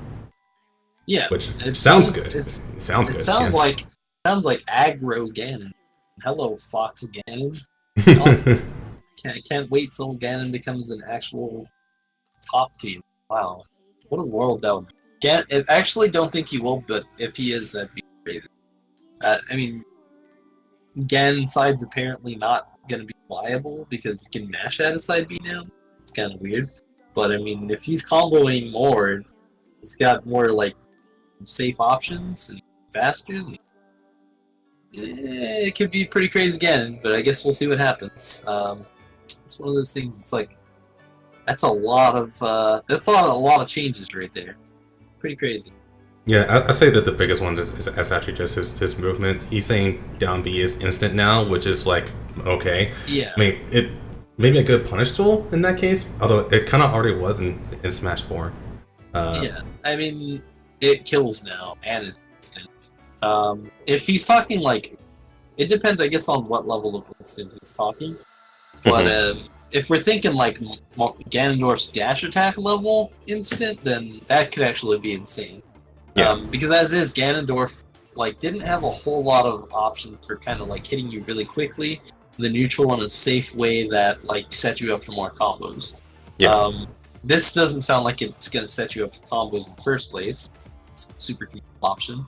But, I mean, I guess it being instant and being kills, it could make that an option that's good for catching landings, which would be kind of scary, to be honest.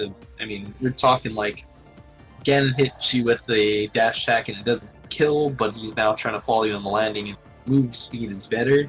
Then we're thinking something along the lines of he's moving around at like Mario speed on the ground. Pretty crazy fast, by the way. It's not Sonic level fast, but that's fast enough to where unless you're like Wario or someone with really good airspeed, probably going to get caught. And on top of that, this guy's covering a lot of ground with his kick. The question is, though, the buzz is saying it kills, but the question is, does it kill only if you hit with the Sweet early spot? portion? Yeah, so Yeah, sweet spot exactly. one. It's like if it only kills with the sweet spot, then it's a much less dangerous move. But if it's still killing with the sour spot, that I'm scared. Yeah. I'm That's true. scared for the wave of Ford Glory Ganon that are going to The way before Organs. I'm going to be at 90 trying to land, and I'm just going to get whiz kicked and die at like 90. I don't want to. I'm going to be one of those instead. If that's happening, I'm sorry, Zero. I mean Ganondorf now. No, but real talk, that's interesting tidbit, and I guess we'll see which of those two it is. But if it's just the sweet spot that kills, then I actually don't think that's too big a deal. Makes them have a nice bursty, like quick option that can like keep you honest, but not necessarily break the game. So I guess we'll see how specific that is exactly, but I'm assuming it's just the sweet spot. 'Cause if it's a sour spot, that just opens a whole new that I don't want to take part in. That sounds crazy. Okay, so Mewtwo, he's got a laggier D tilt, doesn't combo as well. 4 tilt range got 4 tilt got buffed in neutral, so the range is better. It's a better poke tool. That's interesting. I guess that kind of changes the way he plays. So it's instead of detail, that's tilt. That's what it sounds like. Shadow Ball charges faster. Huh. That's an interesting change to make. After they just made the little discussion about how they're trying to nerf camping, nerf rolling, someone running away constantly. That's true. But they're gonna buff his Shadow Ball. Okay, that's you know what we'll see. Nintendo might be thinking on another level then. You know? I mean, he did say it could punish laggy air dodges more often. That's kind of cool. I mean, I do like the idea of being able to do something like forward air, up air, and a shadow ball to punish laggy. Yeah. That would be cool, but I'm still a little kind of concerned there. That just means that it's scarier zoning. Even if the intent is to make his advantage state better, that could also just make his neutral a more scary thing, which leads to him camping even more to force your mistakes, which is not a Mewtwo I want to play with. But I mean, it's up in the air. The game's not finalized, so. Yeah, it looks like Mewtwo also has like a Game Watch bucket from Brawl now. If you look on the next bullet. Wait. Oh. Wait. Side B no longer allows free movement. Stalls move. Replacement for neutral B. Wait, which one? I don't. Let's see. It Is the one before? it stalls Mewtwo's air movement. Oh, that's what you meant by bucket. I was thinking of the actual thing that where you catch projectiles with it. Yeah. Okay. No. Okay. Okay. Bucket breaking. Okay, so you're talking. Yeah, bucket breaking. That's pretty cool, actually. That's actually kind of scary, though. Yeah. Wait, this means that Mewtwo may potentially be able to camp the crap out of him, and then when I finally am about to kill him, he bucket breaks and lives till 150. That is a concern, yeah. I'm kind of scared. I'm kind of scared of Mewtwo mains right now. But I mean, there's other things here he's talking about that. Wait, where's the nerfs? There are no nerfs. Like, oh, besides down tilt. Yeah, other than D tilt. No, because like the Buzz was talking about, he's like buffs and nerfs balance each other out. But I'm not gonna lie, everything the Buzz said here sounds like Mewtwo just got better. Like overall, just better, not balanced out at all, just buffed. Wait till Ryu, because I just read his ahead of time. Okay. So Forder may have more base knockback, less combo ability. Oh, I mean, okay, that's cool. He's still giving me some stanky leg killing me, but whatever. In fact, this makes it more likely he's gonna kill me with stanky leg. That's kind of scary. But okay, yeah, he can combo less. I'm super scared of it. Sure. I definitely wasn't more worried about up tilt Shoryu, but okay. Canceling aerials into Shoryu for other specials broke. That I didn't know that it was a thing. That is really broken. So wait, he's gonna like back air Shoryu. That is insane. That adds a skill curve though. But I'm thinking more of up air Shoryu. Yeah, no, up air Shoryu's. I'm just thinking about everything in the short. Like, I'm not thinking about one option in short. That's broken. No. Nintendo, please reverse this, please. I don't want this in my life, dude. I mean, it'll look really cool. I'm not gonna lie. I would love to. I want to see people getting comboed by this. I just don't want to have to be on the other side of it. like, man, I'm just like trying to play my neutral. I get hit with a foot and I die by Shoryu. I don't know, man. That's kind of scary. That sounds broken. Yeah, and the Buzz makes the exact point I was going to say, is that turns all his aerials into potential kill confirms. Yeah. That's a scary thought. I mean, I'm already scared of Ryu as is. Like, that's he was already good. I guess it's a good thing we have broken Mewtwo now. So okay, I'm just gonna pick Mewtwo against. That's why we camp him now. Yeah, that's why we camped him. Alright, that's why we buffed Mewtwo. It's to keep Ryu in check because he just got more broken. Alright, cool. D-Tilt has higher knockback. Oh, no, I skipped one. Shoryu has a kill power nerf. Okay. Maybe this balances it out. A minor one, he says, though. Minor, okay. Hitbox is either hitting starting higher or has less horizontal range. Have to be closer and use it after a tilt combos. Okay. That's cool then, I guess. That means that it's less likely to sweet spot if it's doing it off the area. Yeah, but I feel like someone like I feel like someone like Trell is gonna make it happen anyway, and everyone's just gonna be like, "What? I didn't know Ryu could still do this." Like, I don't know, man. I don't know. I see. I mean, I respect Buzz a lot, but like, I feel like, well, he doesn't main Ryu, so he doesn't know the true extent of Ryu's power, kind of thing. Yeah. Without Trella doing it to him, so I think we need to see Trella playing Ryu first, and then we'll know.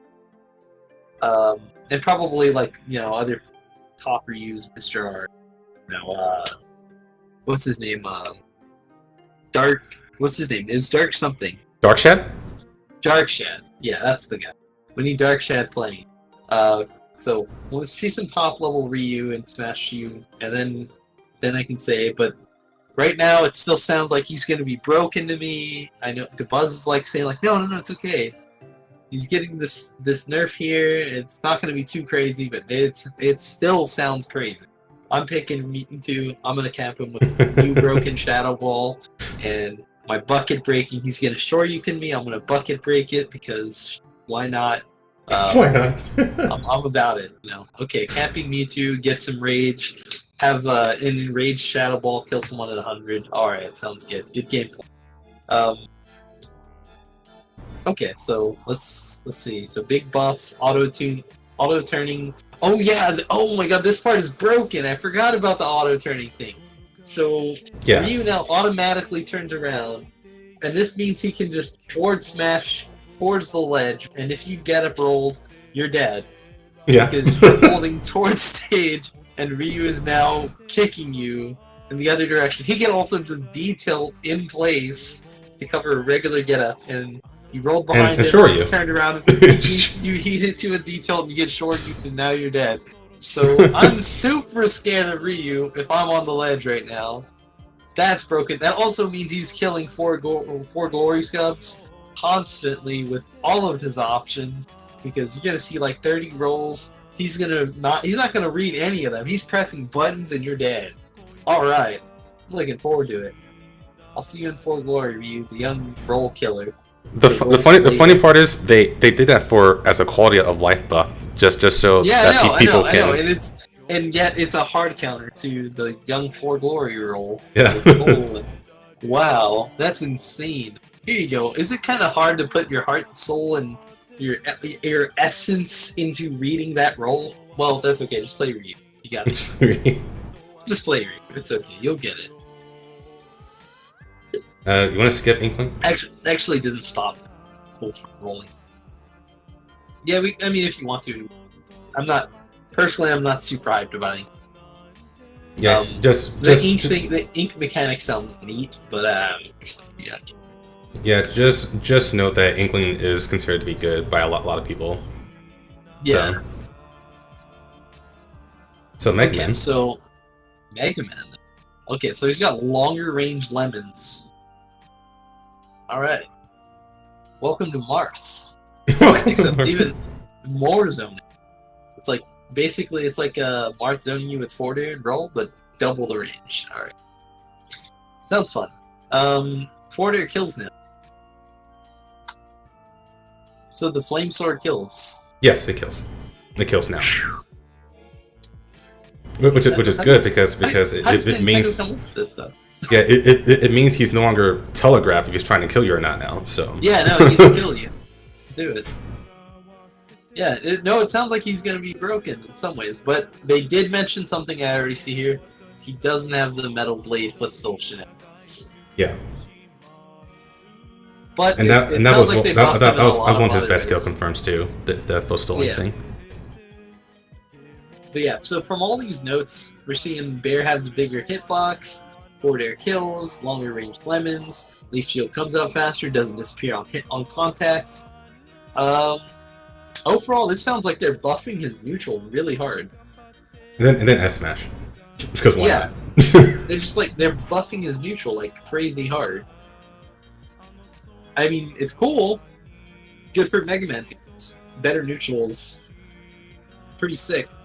They took away his Metal Blade footstool option, though. That takes away some combo potential he has, but I'm pretty sure like the really high level Mega Man ain't really gonna care that much. Yeah, they won't care too much. They'll find something else to do, or they'll just consistently spam winning neutral over and over until the game's done. which I would kind of hate dealing with, to be honest with you. I'd much rather a Mega Man try to combo me to death than a Mega Man just zoning me until I lose the game. But, I mean, we'll see. Maybe I'll main Mega Man. I play Mega Man, so why not? How many people you gonna main? Like, you're gonna main Zero still? I'm gonna main everybody, dude. I mean the whole best. I'm gonna main random. No, I'm kidding. I'm probably not gonna touch him, honestly. But he has a weird. That's pretty strange. Okay, so it sounds like he's gonna have a really impressive role, if I'm completely honest with you. And I think the counter to that might end up being either characters who, pretty much like characters who just camp the crap out of him. It sounds like is gonna be the option. So play Cloud. Oh no, Cloud won't even work because of the change on his limit. That's one thing we'll get to later. So it'll probably be like Mewtwo beats him or something because better Shadow Ball, but I don't know. We'll see. But that definitely sounds like they just buffed the heck out of his neutral. Yeah, that's a big deal because he already had a good. He just struggled with killing, but now he has the kill option in neutral that doesn't telegraph. So that's interesting for sure. He's going to be doing some really weird stuff. And, I'm looking forward to all the changes, to be honest. Like, even though some of this sounds like I'm not going to have fun playing against it, I'm definitely going to enjoy the show. That's for sure. Enjoy the show. 100%. I'm going to enjoy the show, dude. For sure. I'll probably enjoy playing against it, too. Who knows? But for sure, at least for, like, a little while. I don't know. I'm scared of this stuff. I'm not going to lie to you. Some of this is really scary, but I'm interested, at least. I agree. Okay, so Squirtle, fast everything. Wow, full caps. I guess he wanted that emphasis. I don't know. See, the thing is, though, that statement's kind of like weird because Squirtle was already really fast in Brawl. So I'm kind of wondering if DeBuzz was just forgot. Yeah, maybe he just forgot Brawl Squirtle. I don't know if he forgot Brawl Squirtle was kind of broken, like even to the point where people would discuss if it was worth making a tier list that had Pokemon Trainer as their own separate characters. Because even though, like, yeah, in actual play you can't play as all three, it is worth noting that Squirtle on his own was a very, very amazing character that a lot of people would consider placing in higher top tier had he been his own character without fatigue. Yeah, fatigue being the main thing that crushed him. That's literally the only reason why, like, Pokemon Trainer mains, along with the lag of having to switch characters back to Squirtle, was mainly the reason why people didn't just play Squirtle against everything, because Squirtle honestly had very few bad matchups.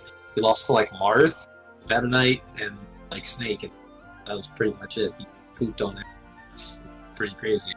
I mean, he went like even with some of the other top tiers, but like that's still really very good. Yeah, it's like, no, dude, if he got a grab release on you, he had frame advantage and a guaranteed jab on him. Yeah. His jab was frame 1. His forward air was like frame 4. So I kind of feel like DeBuzz might have just forgotten, but Squirtle was already extremely mobile in Brawl. Or maybe he just reminded everyone. Maybe that's what it is. Maybe he's reminding. I don't know. But either way, when you say fast everything on Squirtle, I'm like, okay, what else is new? What else is new? Like, that's not news. What are you talking about? So, okay, but then again, I play Brawl. A lot of people he'd be talking to with this, probably mostly Smash 4 players. But the next bullet point is kind of weird though. What he says next. Yeah, he's like, "We'll get in your face and hit you with stuff that doesn't." That is, it sounds like what he's trying to say is that Squirtle moves that doesn't do damage now. But I mean, if he's comboing with his moves, it's going to do damage. Maybe not all of it. It's basically just Mario in that case. Yeah, in that case, it just makes him Mario, but more mobile. Mm-hmm. That's interesting. That sounds like the ideal Sonic, actually. But that's not what Sonic does in Smash 4. Smash 5, pretty much almost every Smash game. Yeah. Almost. Anyway. Oh, I totally forgot about his Smash and how good his Smash is. Oh, yeah. In Brawl, it was pretty good. His up smash is big enough to cover the entire battlefield platform. So, push someone on there and guarantee hit on. I don't remember if the hitbox was like directly above him in roll. I know it covered the sides for sure, and like directly on top of him. But I don't know if pretty it covered sure it it was. above him as well. I'm pretty sure it wasn't above him. Yeah, I don't remember if I could hit someone who was directly above me with it. I'm gonna have to mess with that. I'm gonna go into training mode and see if that's actually a change. But either way, that sounds broken. I'm not gonna lie to you. If you're underneath some, you can up smash. That's that covers a lot of options. So that's pretty interesting. Let's see. Smallest character in the game. Yeah, I mean that was the thing in Brawl 2, where it was really annoying trying to hit Squirtle with anything that was like a small projectile. If you didn't have like a huge hitbox that was long lasting, it was kind of hard to get anything off on reliably without making a hard read. And that's part of why Brawl Marth used to give him trouble. Was like, if you tried to play that matchup as Mario or Wolf, it was a lot of like you getting chipped and trying to chip it. But I feel like more often than not, Squirtle usually won both of those matchups. But versus Marth, because he had the range and the hitboxes stayed out for a little bit, he could do more off of it. Plus, he had the grab release options on him. Grab release to forward air tipper, grab release to dash attack, and grab release to stutter step forward smash tipper, as well as he also had grab release to dash or buffered down air, which was insane, by the way. I felt bad for the few Squirtle lanes I got to do that to. Did that to like one or two offline, and did that to this online. Getting the dare spike, yeah, it was pretty much a guaranteed kill. But that's mainly because you could just grab the ledge afterwards and have the ability, and there was no trumping. So it actually might not be that big of a deal if that was still in 4, but I don't think it will be. I'm pretty sure they'll patch it kind of like the way they patched Wario grab release shenanigans in the vanilla version of Smash 4. Where back in the day, yeah, poor Wario. Like I think it was in vanilla for Wii U too, wasn't it? Or was it just only in for 3DS? I'm pretty sure it's just 3DS only. Oh, okay. But yeah, I just remember it being. I remember hearing it from people talking about, oh yeah, Wario still gets grab released into anything. Like, wow, that sucks. So I'm pretty sure they'll patch that out. I don't think they're gonna want Squirtle getting grab released into death at pretty much any %. So, I guess we'll see where that goes. But yeah, I mean, either way, he's gonna be really hard to hit. He's very mobile. He has really good frame data, and he's got a small body, like a small character model. His hitbox is, it's kind of hard to hit him. Typically, go ahead. I was gonna say, I actually feel like I have more trouble hitting Squirtle than Sonic, which is good. It's funny, right? Like it's really hard to fathom. It's like, wait, but he's the fastest character in the game. What do you mean he's not? What? It's like, yeah, no, Squirtle's pretty weird. Good character though, for sure. But yeah, so I'm looking forward to seeing him, and I'll probably dabble with him for sure. I don't think I'll main him or anything like that, but I would definitely dabble just to see how good he is compared to Brawl when the game comes out. But it sounds like he's gonna be good again. I don't know if this, like the details Dabuz has here, none of them sound, to be honest. The only one that does is the side B bouncing off shields. But everything else sounds the same. Smashing Forward Smash too lag to be useful. It's like, yeah, that was the thing in Brawl 2. Frame 2 jab. That actually sounds like a nerf. But it's kind of funny because Dabuz mentions it like, oh, that means he's going to win a lot of close range exchange. It's like, no, he already did that in Brawl. So that's kind of funny to me. Maybe he doesn't know Squirtle. No, maybe he didn't know. Maybe he is trying to explain it to people who've never played Brawls. So I don't know. But either way, yeah, he had a frame 1 Brawl. So I'm relieved about that. I'm like, okay, thank you. He doesn't have frame 1 anymore. I hated that. He has a kill throw. I don't remember. Oh, he did have a kill throw on Brawl. It was with forward throw, if I remember correctly. No, was it forward throw? It was either forward throw or down throw, but one of those two throws killed for sure. Which was I can't say for sure myself. I don't play enough Squirtle. Yeah, because yeah, maybe we gotta place it. But yeah, no, it was pretty much like if he chips you down with his aerials, his speed, you get grabbed at like 120, your stock is. That's pretty much how it was, and he's doing that again in the new game. Yeah, I mean, good for him. We'll see how that goes. I wonder if they're going to leave fatigue in. That's my question. No, they're not. Okay, well then, I'm very scared of this. Okay, Squirtle, for life. Alright, cool. That's going to be really annoying. Won't be that bad though, I don't think. I still think like characters like Martin will probably still give him the hands, but for everyone else that might be kind of scary. Because essentially what you're looking at is Fox, but smaller. And Which is, a better jab. Which is already pretty Yeah, serious. yeah, exactly. It's like, oh, well, in that case, you're basically dealing with like Fox 2.0. It's like, yep. Except he has a kill throw now, so Fox was the kill throw in smaller frame. Have fun. Now, I do think death or he has no lasers, so. Being KO'd still forces you to switch your Pokemon. Yeah, which is why... but you can switch while you're invincible, so. Yeah. But it's not a terrible hint. It's not just that either, but just to jump to Pokemon Trainer real quick, switching grants invincibility anyways, and it's fast. Oh, did they make that change? Wow. Yes. Mm-hmm. That's okay. So then it's not even a detriment really to switch characters. So that's great. Oh, also that air makes switching. That makes Squirtle really, really good. Like really, really, really good. Like there's no reason to play Ivy. No reason to play Ivysaur at all. Yeah, no, just don't even play it. Play Squirtle. Well, the buzz says Ivysaur is great too. So. Well, I mean that's cool, but I mean. Squirtle. I'm sorry, but playing Fox that can kill you with a throw is like that's hard to compete with. Man. Fox with a kill throw would literally beat Bayonetta for #1 in Smash 4 if he just had a kill throw. That's true. That's literally his only like weakness. Like that's his kryptonite. Is his grab game is good but doesn't kill. If he had a kill throw, he would trump every character in Smash 4. That's all it takes. It's such a dumb thing to think about too.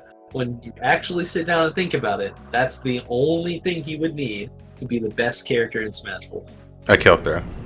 That's insane. Yeah, that's insane. That's how much power a kill throw has and gives to a character. That's why they took it from Sonic.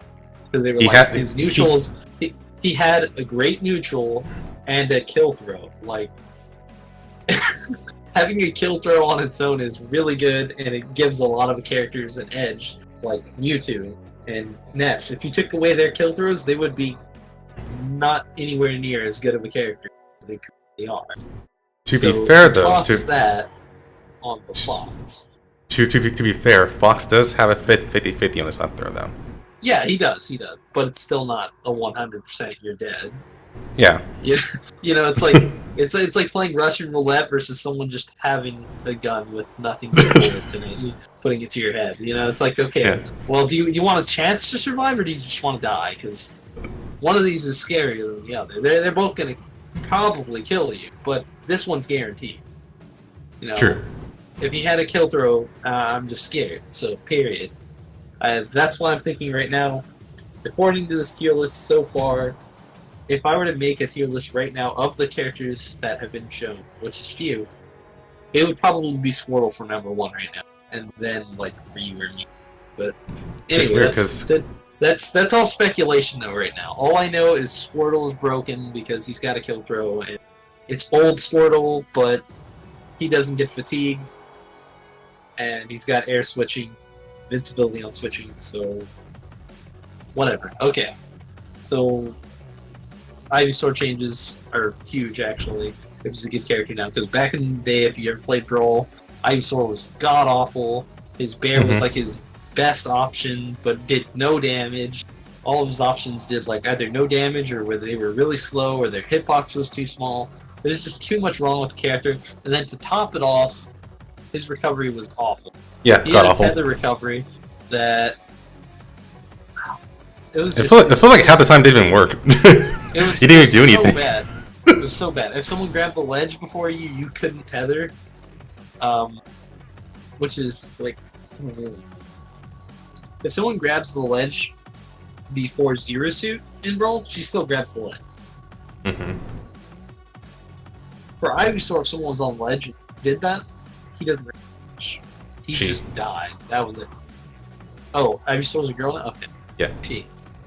Okay. Point is, she just died. So it's a pretty big deal that, you know, died, even though she was already a bad kid outside of that. Her neutral was okay, her punish game was crap, and her recovery was crap, so that's why she was the worst Pokemon of the trio in Brawl for competitive play. For fun, she was fun to play. I'm going to say she was fun, but I would never take it in return. There's some specialists out there probably do with it. Honestly, like if they put as much effort and time in with Squirtle, they would get way better.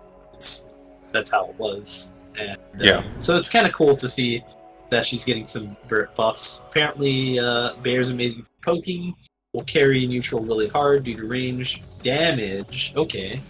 So if it's doing damage now, that's a very big deal because that's really the only thing that her bear was missing, because her bear in Brawl was like, it was like 4 damage per hit. That's awful. Every time she would hit it, it was especially like in 4 Brawl. damage. That's awful. Yeah, it's really, really bad. It was like a ginormous range. It was more than Marth's 4-day range, but it was only 4 damage and did like no hit stun. But if in this game it's doing more damage, and you can fastfall cancel it, which is what DeBuzz is saying. He's saying it auto cancels and does more damage. That's a really big deal. That means she can do stuff like back air into forward tilt or back air into grab or dash attack, which is crazy. Because that means she can win neutral fairly reliably. She's got the ginormous range. And that it's kind of funny because the issue that Squirtle suffers from is just with getting outranged. And then this basically means if you see a Pokemon Trainer Ditto happen, Ivysaur should be winning neutral every time against Squirtle with well-spaced back air. Grass beats water. Yeah, it happens in the original game, so it's actually really funny that it's like, okay, now this is going to be a thing. Alright, that wasn't a thing. If you saw Pokemon Trainer Dittos in Brawl, which they like never happened because there were so few PT mains, pretty much Pokemon Trainer Dittos Brawls came down to Squirtle Dittos or Charizard versus whoever. Like, because the only reason you play Charizard is because you want to continue being your soft meter at high percent. But otherwise, you were playing pretty much Squirtle and get your damage because Squirtle's getting. And so now you could be saying in the Ditto you might see Ivysaur. Someone switch to Ivysaur, or you might even say Ivysaur Dittos because neither wants to be Squirtle against Ivysaur and get outranged. Cool. So that's kind of funny. Okay, so Vine Whip can be angled, has no free fall. Oh my god, that's crazy. That means while recovering, he could Vine Whip and switch to Zard. Huh? Okay, that's cool. Doesn't go into free fall after his up B. Interesting. That also means he can do it twice. So like if you try to grab the ledge, and even if trumping wasn't a thing, he could Vine Whip you off the ledge, and then Vine Whip again to grab ledge. Yeah, that's kind of neat. That's kind of strange. That's a big deal. Yeah, it is. It is. That's almost that's kind of reminiscent though of the change from Brawl to Smash 4, where Fox and Falco could side B, and then still up B afterwards. So kind of like making the recovery just significantly better. Okay, so Nair seems better than Brawl, but will have the same applications: pressuring, comboing, trapping air dodges and spot dodges, cross-ups, and big ranged carry. Carry me a neutral button. I don't know if he remembers what Ivysaur and Nair did though. But it sounds like it. They did the complete opposite of carrying people neutral. If you're playing Ivy Brawl, Nair was the one where it was basically Sonic's forwarder, but it was on Ivysaur. That's what it used to do. So they didn't really that doesn't sound like a neutral option. Then. Yeah, that's not really a good neutral option. So it was good for punishing air dodges though, because it lasted a little longer than Sonic's forwarder. So it was good for like shield poking. It was good for like punishing an air dodge, but I wouldn't say it was something to use neutral. So maybe it does something different than what it did in Brawl. I don't know. Not too sure. But what I do know for sure is that I can certainly trust the Buzz's opinion on the top tiers from Smash 4 and Brawl for sure, because he knows those. I have no question he knows those. I'm a little more concerned if the information he's going to give on lower tier characters is going to be super accurate, though, because really they weren't seen nearly as often. It's kind of hard to say for sure, but either way, it's still better than getting no information at all. Still awesome. Let's get to another character. I feel like we spent too much time talking about PT. Pikachu. Before we go to Pikachu, we must have just knock out Charizard, because he's all the way towards the bottom. He's considered bad, apparently. Okay, let's talk about Charizard. So, I mean, he was his own character in Smash 4, so yeah, why not? Let's talk about it. Shoot, I gotta scroll all the way down. Just control Charizard. F Charizard. Okay, you found already. Okay. Okay, so his back air doesn't go through the Z-axis, so it hits easy.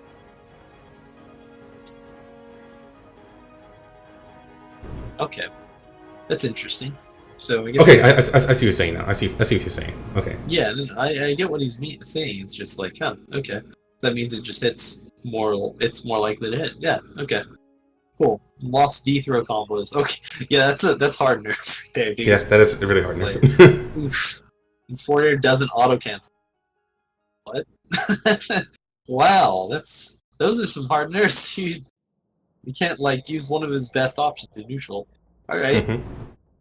Flare Blitz does more shield damage and has less lag. Okay, that just means 4 Glory Charizard's going to do that more often. It's still kind of a not great option because it's a super committal option. Yeah, I guess it's a hard retool. It's always been a hard retool, but yeah, it has. I mean, I guess it could potentially break shields now, maybe, but it's still kind of a hard commit. So still kind of bad.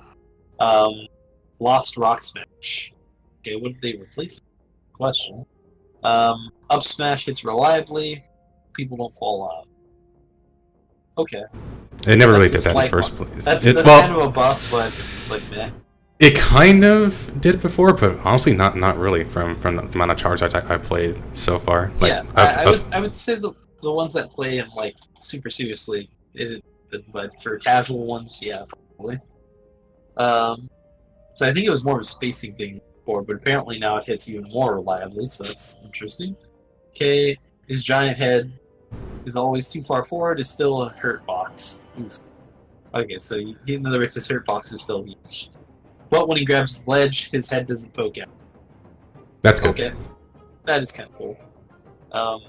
Up B hitbox fixed. Cool. Can switch into bad characters. Oh my god, that's really funny. I mean, yeah, I mean, if anyone could always down B into becoming Squirtle, like, you know, top tier Squirtle, it doesn't get fatigued. Yeah, that's kind of broken. I wish I could switch from Sonic into that whenever I want, or Lucina. Just like that's I'm playing Lucina, zoning someone, and then, you know what, I want to kill this guy, let me just go ahead and switch to Fox with a kill throw. Like, alright, cool, let's go. That's why Zelda's the best character in game Melee, right? She's the best low tier because she can press. Yeah, so yeah, that's kind of broken, I guess. Why not? I mean, I guess she had to commit and take like a guaranteed combo. You got to switch to a broken character. Good. All right, so let's see. We got Pikachu's. His Nair is broken, and it functions like Mewtwo's. It no longer kills the way it used to. Okay, that's kind of hard to imagine how it'd be busted, but I guess if it functions like Mewtwo's, it could work out in a scenario where you could do like Nair into up smash, maybe. But okay. I mean, I guess I didn't play that much Smash 4 Mewtwo, so I can really only think of it from like a Brawl Pikachu perspective. Well, for Mewtwo's Nair, it actually is a little silly. It can allow him to like Nair into grab into up throw, which is like a guarantee kill. Nair into up smash. Nair into footstool. Yeah, it's like that. Okay, that does sound kind of broken. But his old Nair was kind of broken, so that's why I'm like on the fence there. But okay, it sounds like it has potential to do a lot of things then, which is cool. Fair drag down setups might not work. Nair replaces it for combos, but not for new. Forward air might kill at high percents. Okay, that's interesting. I feel like that's not game breaking, not as crazy of a change as switching out his neutral air, but okay. Down air spiking is great. He has a spike on the down air now. Yes, he does. That's a big deal. See, that's game breaking. Yikes! Wow, I have to be scared of Pikachu down airing if I try to air dodge past his Thunder Jolts now. Okay. Whew, spooky. Okay, up throw and up tilt Thunder has tighter percents. Yeah, that's a big deal. That means he has less kill options. Okay. Cool. Skull Bash has some sort of shield bounce. Makes it safer on shield, but still not good. Yeah. I mean, I don't care about Skull Bash. It's like, okay, an option side. Okay. Can see and react to quick attacks direction due to arrows. Also, no QAC. Well, I mean, he says it's a huge nerf, but the way QAC was done in Smash 4, it was already like a hard nerf for Brawl. Brawl QAC was broken crap. Yeah, I remember Brawl one, Pikachu's QSC. Yeah, it's that pretty one was busted. broken. The one in Smash 4, I feel like you really had to be a top-notch Pikachu to really make it seem broken. Like, I really only saw ESEN in a way that made me feel like, wow, this is so good. Like, other than that, I wasn't really scared of Pikachu. Then again, I guess I didn't really play enough against K-Prime and Leaf. So, okay. K-Prime hated me, so I guess I can't really say anything. He hated you? He hated my Mario. I mean. Oh, he hated your Mario. Okay, Yeah. So you bought them. Yeah. Alright. Okay. Well, that makes sense. It's Smash 4 Mario, and K-Prime, I feel like he didn't really get into the game as much as some other players did. He didn't click with it. Anyway, let's move on. So back air has less lag. Short hop back air jump can be done for almost. Wow, interesting. Okay, so that's interesting. So overall, it sounds like he got nerfed in some areas, but mostly just changed. He got nerfed in some areas. He has a spike now, and his Nair now does Mewtwo Nair. So sounds like a different character, honestly. It's kind of weird. But okay, alright. I'm kind of like, okay, I need to see this in action, but to like fully visualize it, but it sounds like just interesting changes again. Just really strange, not necessarily bad, just very different. Definitely spices things up. Okay, so Cloud, his note that he made is nerfed, but still good. Neutral is where he lost the most. Everywhere else, he's still fine. Let's take a look. His aerials have less range and power, more lag. Yeah, that does hurt his neutral a lot. Like every aerial is bad, is what basically saying, or every aerial got hit. Every aerial is worse, and yeah, that makes him significantly worse. I'm pretty sure his Praise of the Sword is still going to be broken. So I love that name. I love the fact you made that name. Well, I mean that's what he does. He's like, yeah, Praise the Sword. Puts it up there, dude. Yeah, so Praise the Sword will probably still be broken, but I'd imagine, yeah, he'll just have to do 10 more Praise the Sword before you die. So, okay, cool. Still gonna get hit with Praise the Sword, like tell him, so whatever. But that's why he made the note of his advantage state is still the same. Just his neutral's Garbo now. That to me that sounds like the Buzz might be underplaying it. Actually, I feel like neutral actually was a big part of Cloud's game. But okay. Limit attack damage got a nerf and disappears after 15 seconds. Yeah, see, this is why I'm like, it's really hard to like say that that he'll be fine. I feel like Cloud. Yeah, limit disappearing at the 15 seconds is huge. That's crazy. No. Like that's why people were afraid of Cloud was because of limit. How is he fine now? You can literally just camp him now and be fine. Like campers destroy Cloud.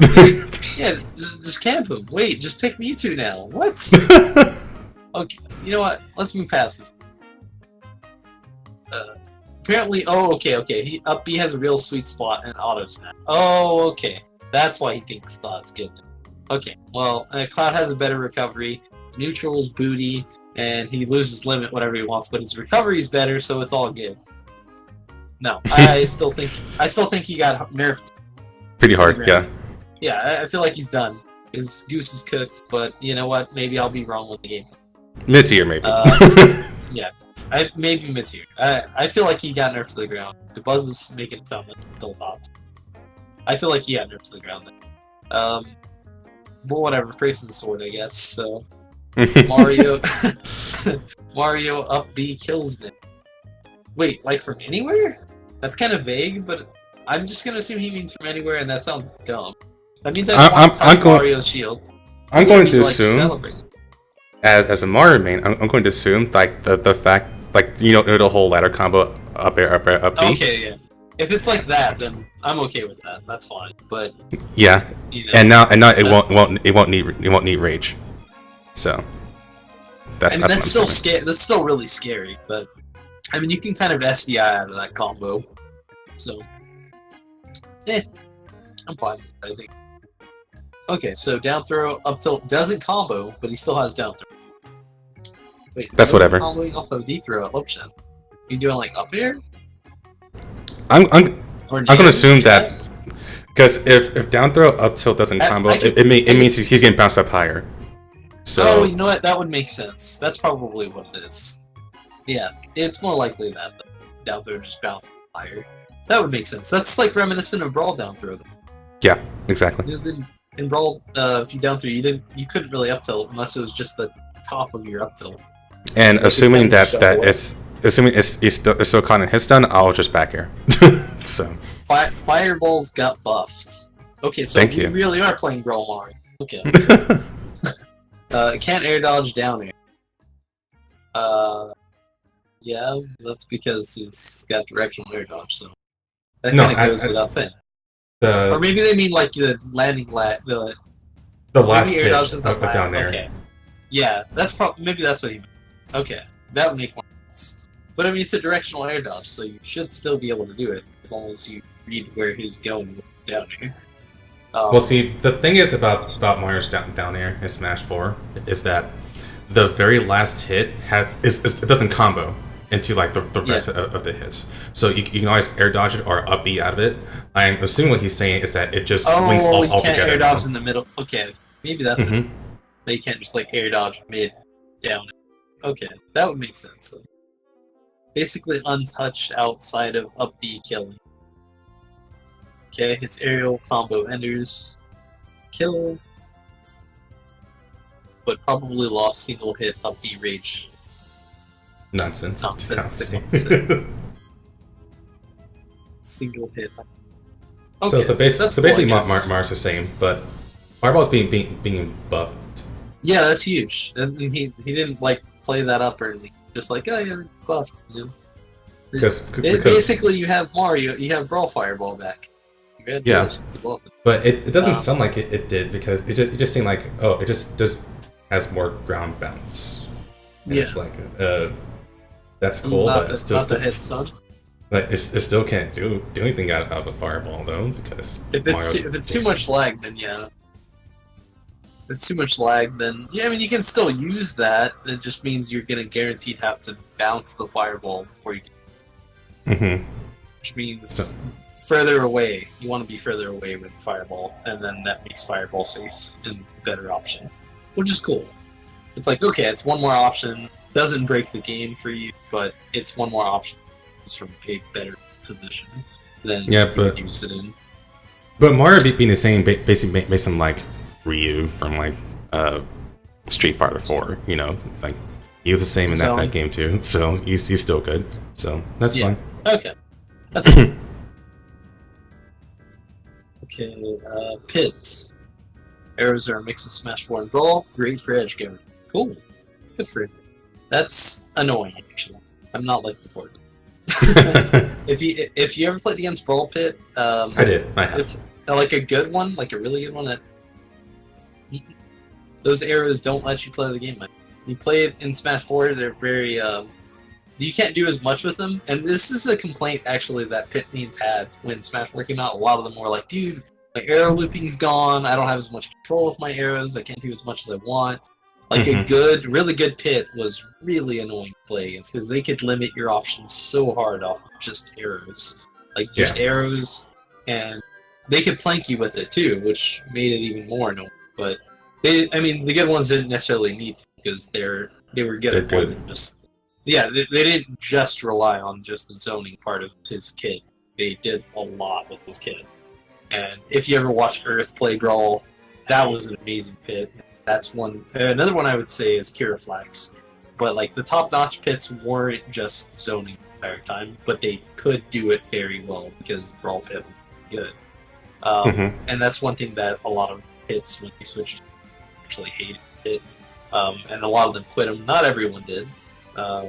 In some ways, he did get buffed and nerfed and whatnot. But yeah, the arrow thing was the biggest change, along with the removal of his glide. So that's pretty cool, though, for pit mains for sure. I mean, it's like pit mains rejoice. His arrows are better than they are in Smash 4, so good for him. I'm not looking forward to playing against it, but good for him. So less landing lag helps him out a lot. Oh yeah, because the jump spot thing. Probably just landing lag, especially on fair considering it's also maybe a combo. Laggier dash tech, but it kills. I think that's a buff. He's like unsure if it's a buff or not. I feel like that's a buff because even if it's laggy, one of the things that Pit's always kind of show. Well, I don't know. Maybe I can't say for Smash 4 Pit, but I know for Brawl Pit, the biggest issue he had was being able to kill. Smash 4 Pit definitely had issues killing. They can only kill off of read. Okay, So. then yeah, in that case, that's a good thing for him. Even if it's laggy, he has a kill option. He's really good because as they just mentioned, they buffed his arrow game, so he's now able to edge guard, but he can also zone you really hard when you're at high enough percent. There's a lot of options. Now he has the stash tag. So yeah, detailed combo starter. Down throw up smash is still a thing. Yay hoo-has. Alright, cool. Down B has less end lag. Alright. Well, no one really used down B anyways. They use side B, so whatever. Yeah, exactly. It's like, okay. Side B has less end lag off stage. Okay. No sour spot on Bear. That's So a big deal. yeah, that means it's always strong. So That means it's always strong, which is a buff and a nerf at the same time. Because the thing about his sour spot is that it comboed into stuff. The thing about his sweet spot is that you die. So now Yeah. it just always kills you, but it doesn't combo. So, yeah, okay. That's just a change. It's a buff and a nerf at the same time. I feel like for the best pits, that's only a nerf. But for the bad ones, that's a buff. Because the best pits will intentionally sour spot. So that way they get like a free grab off. But the good ones, they don't know the difference, and they try to use it to kill, and then they get the sour spot, and then they die. So yeah. that's a hard nerf to the good ones, and a hard buff to the bad ones. So rejoice for Glory Pits. Your hero has come. Seriously. Okay, so I mean they even gave him the dash tag. So yeah, full Glory Pits are They're good to go. Yeah, they're good to go. They're about it, dude. Sheik, slower move speed, hurts a lot for neutral. Okay. Yeah, that is a big deal. If she's just slower, she can't get in nearly as easily as she could. That's like the nerf that Sonic took on his neutral from Brawl to Smash 4, except Smash 4 Sonic had a lot of things going for his game. He still has a lot going for him. So Yeah. So yeah, but I mean that is a big deal. That means her aggro game is going to be a lot crappier, or rather, her neutral as a whole is going to be crappier. All her tilts have more lag. Less Big deal. combo. Yeah, that is a big deal. It's just like the buzz said. That makes them safe, less safe. That also means they can't combo nearly as well. BF. Oh, bouncing fish, slower startup, more kill power.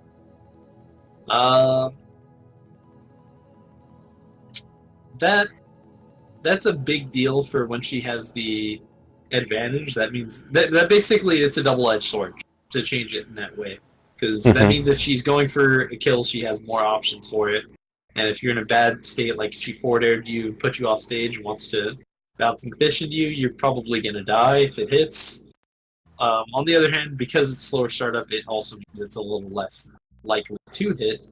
But I mean, if she's in an advantage state, it's not really that big a deal if it misses, because then she just goes back to neutral, unless it's like an off-stage bouncing fish, then it'd be a bad thing for her. So I guess depending on the situation, it's a good or a bad thing, but it's definitely different. Forward Smash always links and has more kill power. Okay, that's pretty good for Sheik, I guess. I mean, Well, her forward matches has always been bad, so having it linking. it's always been bad. Having it be good now is that's kind of good. Now she has one more option to punish landings for sure. Smash for a Bear is back. Or Yeah. Vanilla Bear is back. Yeah, the melee bear even. Melee bear more kill power because it didn't have kill power in Brawl. It had kill power.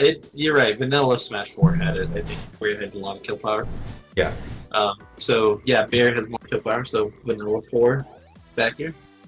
But I mean, with lower move speed, slower tilts, yikes.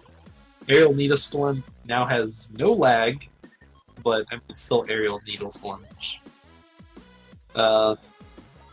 Vanish has no intent. Wow! Okay, so her up B lost the invincibility frames. Yes. Big deal. That is a Massive. very big deal. Yeah, that means she's super duper edge guardable now. Maybe Heck free yes, edge dude. guarding. Maybe free. Oh yeah, actually. I'm gonna play Martha kick her butt, dude. This Martha and Lucina are gonna have a field day with that. Oh man. And they already did have a field day with edge guarding her, but now they really do, because she can't do anything about Marth Fordo now. Plus less She's- movement speed as well. That's Yeah, no, that's why I'm saying, like, just pick Martha Lucina, you're gonna crap on her every time. Mhm. Wow, okay, she now has a hard counter. Welcome to Marth. Yeah, I'm seriously gonna have a Martha and Lucina pocket, just because I know someone out there somewhere is going to be trying to, like, relive their glory days in Smash 4 Vanilla where Sheik was broken. Like, I'm going to pull out my Sheik. I have one, because I played Smash 4. Well, that's cool. I have a Marth. Get wrecked. So that'll be fun. Up air has less disjoint. People can fall out of hitboxes. Maybe it's Tipper. Sounds bad. Forward air is still busted. Maybe less disjoint. Okay. Jab multi-hit works better.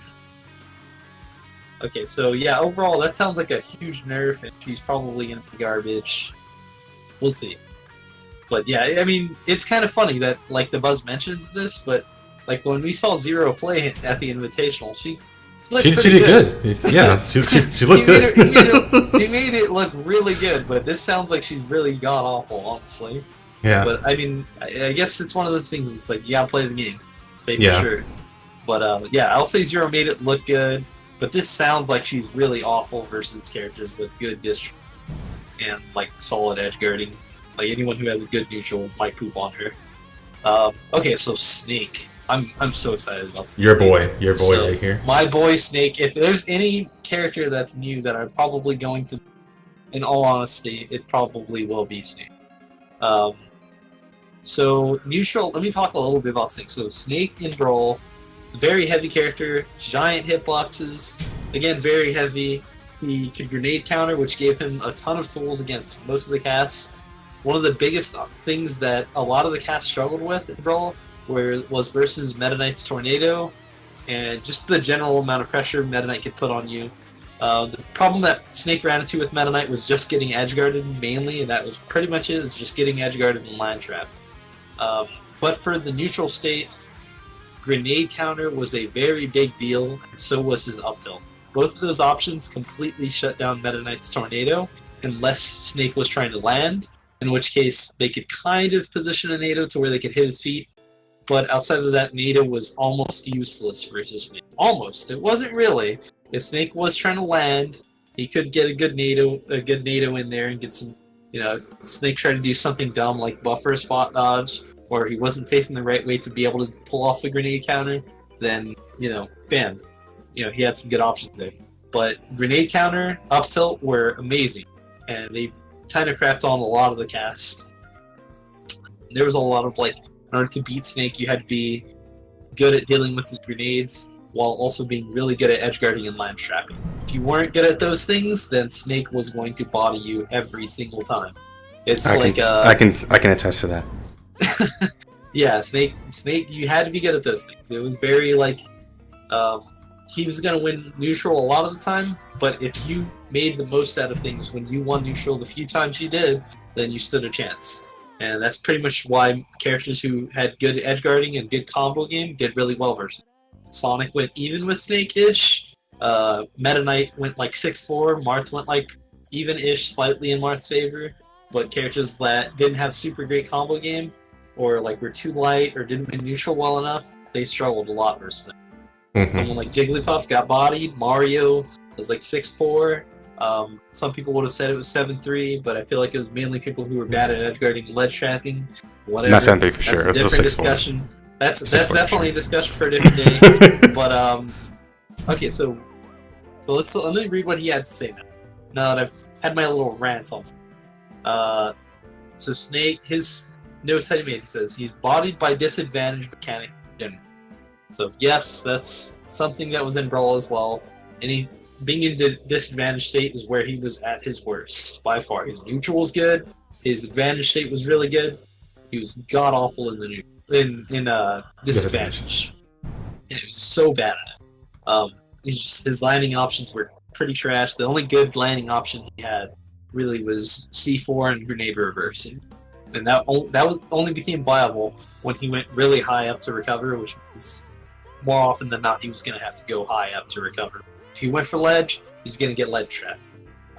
Okay, so anyway, his C4 has so much more knockback than Brawl, so if he tries to use it to recover at high percents, he'll just kill him. That's a pretty big change, but at the same time, that also means that he'll kill you with his C4 earlier than he could in Brawl. In Brawl, if you hit a C4 at like 90 on a midweight, that character was dead. They're gonna die unless they have like perfect DI. They do something like bucket canceling. They were probably gonna die if they were after 90% in Brawl getting hit with a C4. So if it's doing even more knockback, that does hurt his recovery. But personally, I feel like it doesn't hurt his recovery nearly as much as it makes his C4 more of a threat to anyone getting hit by it. So overall, I feel like that's actually a buff. Still has all his grenade tricks like cooking, holding shield. Oh my god. Okay, so he still gets to cook his grenades, which is good because in matchups where you play like where you need to kind of play the safe game to get in, like back in the day, if you played Olimar versus Snake lost that, but he could kind of cook grenades sometimes, throw some grenades, and if Olimar made a mistake, got hit by one grenade, then Snake used to be able to Dacus in, put on some pressure, and that's when he started doing well. Basically, he would win. He would try to do a lot off the advantage state. Neutral, he didn't do too hot versus Olimar, but advantage state, he would get in because cooking grenades or being able to shield scan or stuff like that. And just his tilt game. So the fact that he still has grenade counters, that's really, really freaking good. I really wish I got to see MK Leo do it when he played against Zero, but he didn't really do it, so that was kind of weird. But okay, he had to good fight to in know shapes Snake though, so. Yeah, that's probably what it is. But okay, good to know though that he still has that. Grenades don't have hit stun on the item itself when thrown. Okay, they never did in Brawl, so that's not good. But good stuff to know that they didn't make that change. So, okay. So he lost his down throw regrab tech, yeah, of course, because there's a regrab timer in Smash 4 that got implemented. Okay, so that just means the regrab timer thing is still in Smash 5. And as someone who likes to play Snake, that makes me a little sad because I did love down throwing someone and then being a better enough player to know exactly which option predicting it. It kind of felt like I was playing a game of like I don't know, a guessing game, and if you win, you keep going. So yeah, the fact that that's gone now, it's like, oh, okay, I guess I just have to go for up tilt or forward tilt and just hold shield if they're going to get attacked, but you don't get the regrab, so that kind of sucks. But I mean, that's a change that you already get adjusted to making when you switch from I was gonna say Smash 3 to Smash 4. When you switch from Brawl to 4, that's already a change you have to get adjusted. There are no regrab combos or tech chases. You can do a down throw or up throw or whatever into an aerial, do your hoo-ha, but you don't get free. You don't get to read someone and read grab them. That doesn't happen because they had to get rid of chain grabbing, and that's the way they chose to go. So yeah, that's fine. That's something I'm already kind of like, okay, I kind of expect that. Okay, so let's see. New down smash makes him lose an amazing stage control trap setup. I did not know he had a new down smash, but I think it was the one that looked like Falcons. Yeah, a double kick. A double kick. Okay. Then I personally didn't like use down smash that much, but I definitely can say it was a very good option to just be able to have the down smash set up as well as C4, and knowing that there's 2 spots that your opponent could not go near, or that you could throw them into it for a combo later. So that's kind of a shame. I actually really don't like that change at all. But I guess he has one more option in close combat, which is kind of cool. So if he makes like a read on a spot dodge, he could possibly get a kill with down smash. But to be honest, he could just do that with up tilt. So not entirely a good change for Snake. Oh well. Definitely a nerf. Yeah, I would definitely. But yeah, okay. Still has big and powerful up tilt and forward tilt. Whew. We'll see if that stays the same. But that's good news for me right now, because that's what I'm all about right now. Like if I play Snake, I'm playing him because I want those to be able to just win neutral for free against people. Yeah, just swing that forward tilt against people who don't know what they're doing. So that way I don't have to overthink versus someone who's a significantly worse player. Mind you, good players will know what to do against that. You're not getting away with that for free. Never happened in Brawl versus a good player. It's not going to happen in Smash 5 versus a good player.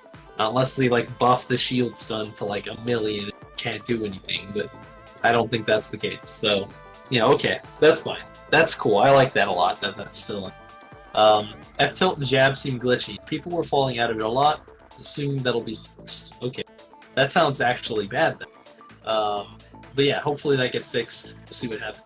But back in Brawl, if you try to do jab 1 on someone, they could actually just like hold away from you and hold shield, and they would power shield the 3rd hit of the jab, and that was a free grab. Snake tried to do that, so. Which is why we'll they just cancel the forward tilt, right? Yeah, Jab usually you tilt, just jab 1 and then F tilt. So jab 1 on its own was amazing. It was the full jab combo that made it. That's kind of. But yeah. You jab 1 and then F tilt, or jab 1 and up tilt. That was good. Or jab into grab. That was good too. But yeah, no, jab and F tilt, super good. Down B is very strong. Has visual glitch. Well, we kind of went through this part, but has a visual glitch when you put it on the opponent when they jump. Okay, that sounds weird, and I kind of want to see that, but that's for another time. Aerials are insanely powerful and not much lag. Okay, that's a hard buff. Yeah, because his aerial wasn't that great in Brawl, but it was hard hitting. But yeah, they were really strong, but they had a lot of lag. That was the thing with them in Brawl. So them being as strong, if not stronger than they used to be, and having no lag, is what the heck? What are you doing? This man is scary. Actual CQC. Actual CQC. Yeah, this is crazy. Okay, so out of shield downer is fast and powerful. Okay, that's kind of scary. Yeah, okay, it sounds like they just made him I don't know, just like beats people up, man. Nope, okay. Alright, he's a brute now. Up smash 1 pulls opponent into second better. Okay, so he's trying to say his up smash links into itself. Yes. Roll. Okay. That's a hard buff, yes. I mean, I feel like it wasn't that bad in roll up. Yeah, okay. Jump squat buff is super nice. Yeah, that is really buff. That's a big deal, actually. Because actually, Snake had the slowest jump squat in the entire game in roll. So that's actually a big deal for him.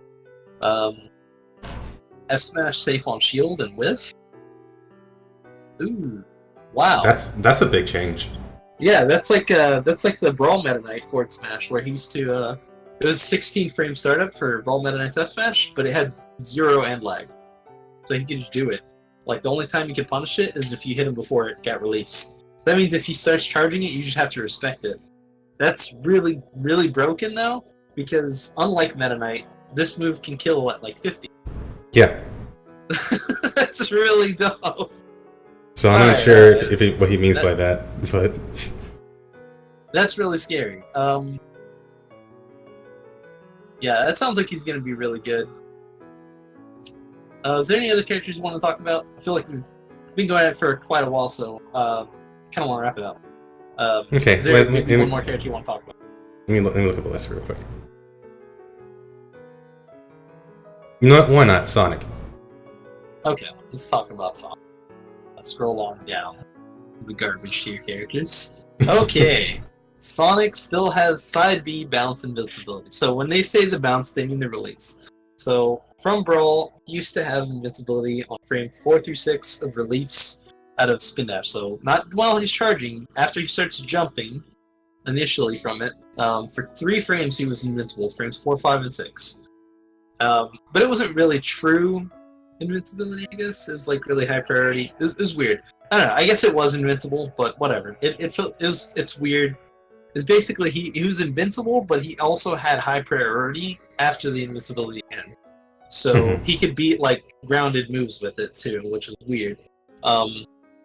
And like even if you timed it really well, you could actually, if a Meta Knight was tornadoing towards you while you did it, you could actually go through the tornado and come out on the other side, which was really crazy. But it was like he had to be going at max speed, and you had to have perfect. But anyway, that's cool that he still has that. But he's having now. Oh, I'm sorry, I forgot. In Smash 4, they changed it. They actually buffed it to where on release, so on frame 1 of release, he was invincible till like frame 6. So he had 6 frames of invincibility instead of 3. In Smash 4, so that got hard buffed. Yeah. Down B doesn't link into aerials as well. I mean, it was kind of garbage at doing it for it, so especially if you did it in the air. That is a nerf for sure. That basically this sound like down B Garbu, and you cannot cannot cancel spin dash into shield. So side B no longer is shield cancelable.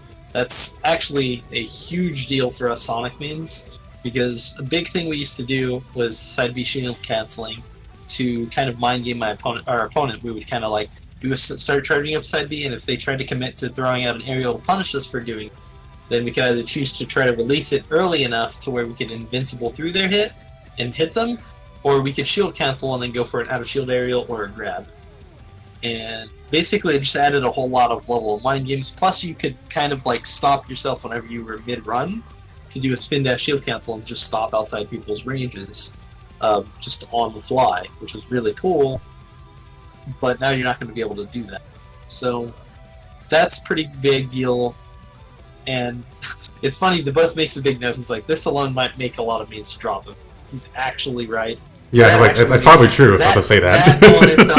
That on its own does make me not want to play the character. I'm still gonna mess with it when it comes out, but on its own, I'm already thinking like, dude, I don't want this. Time for Snake. Yeah, so it might be time to main Snake.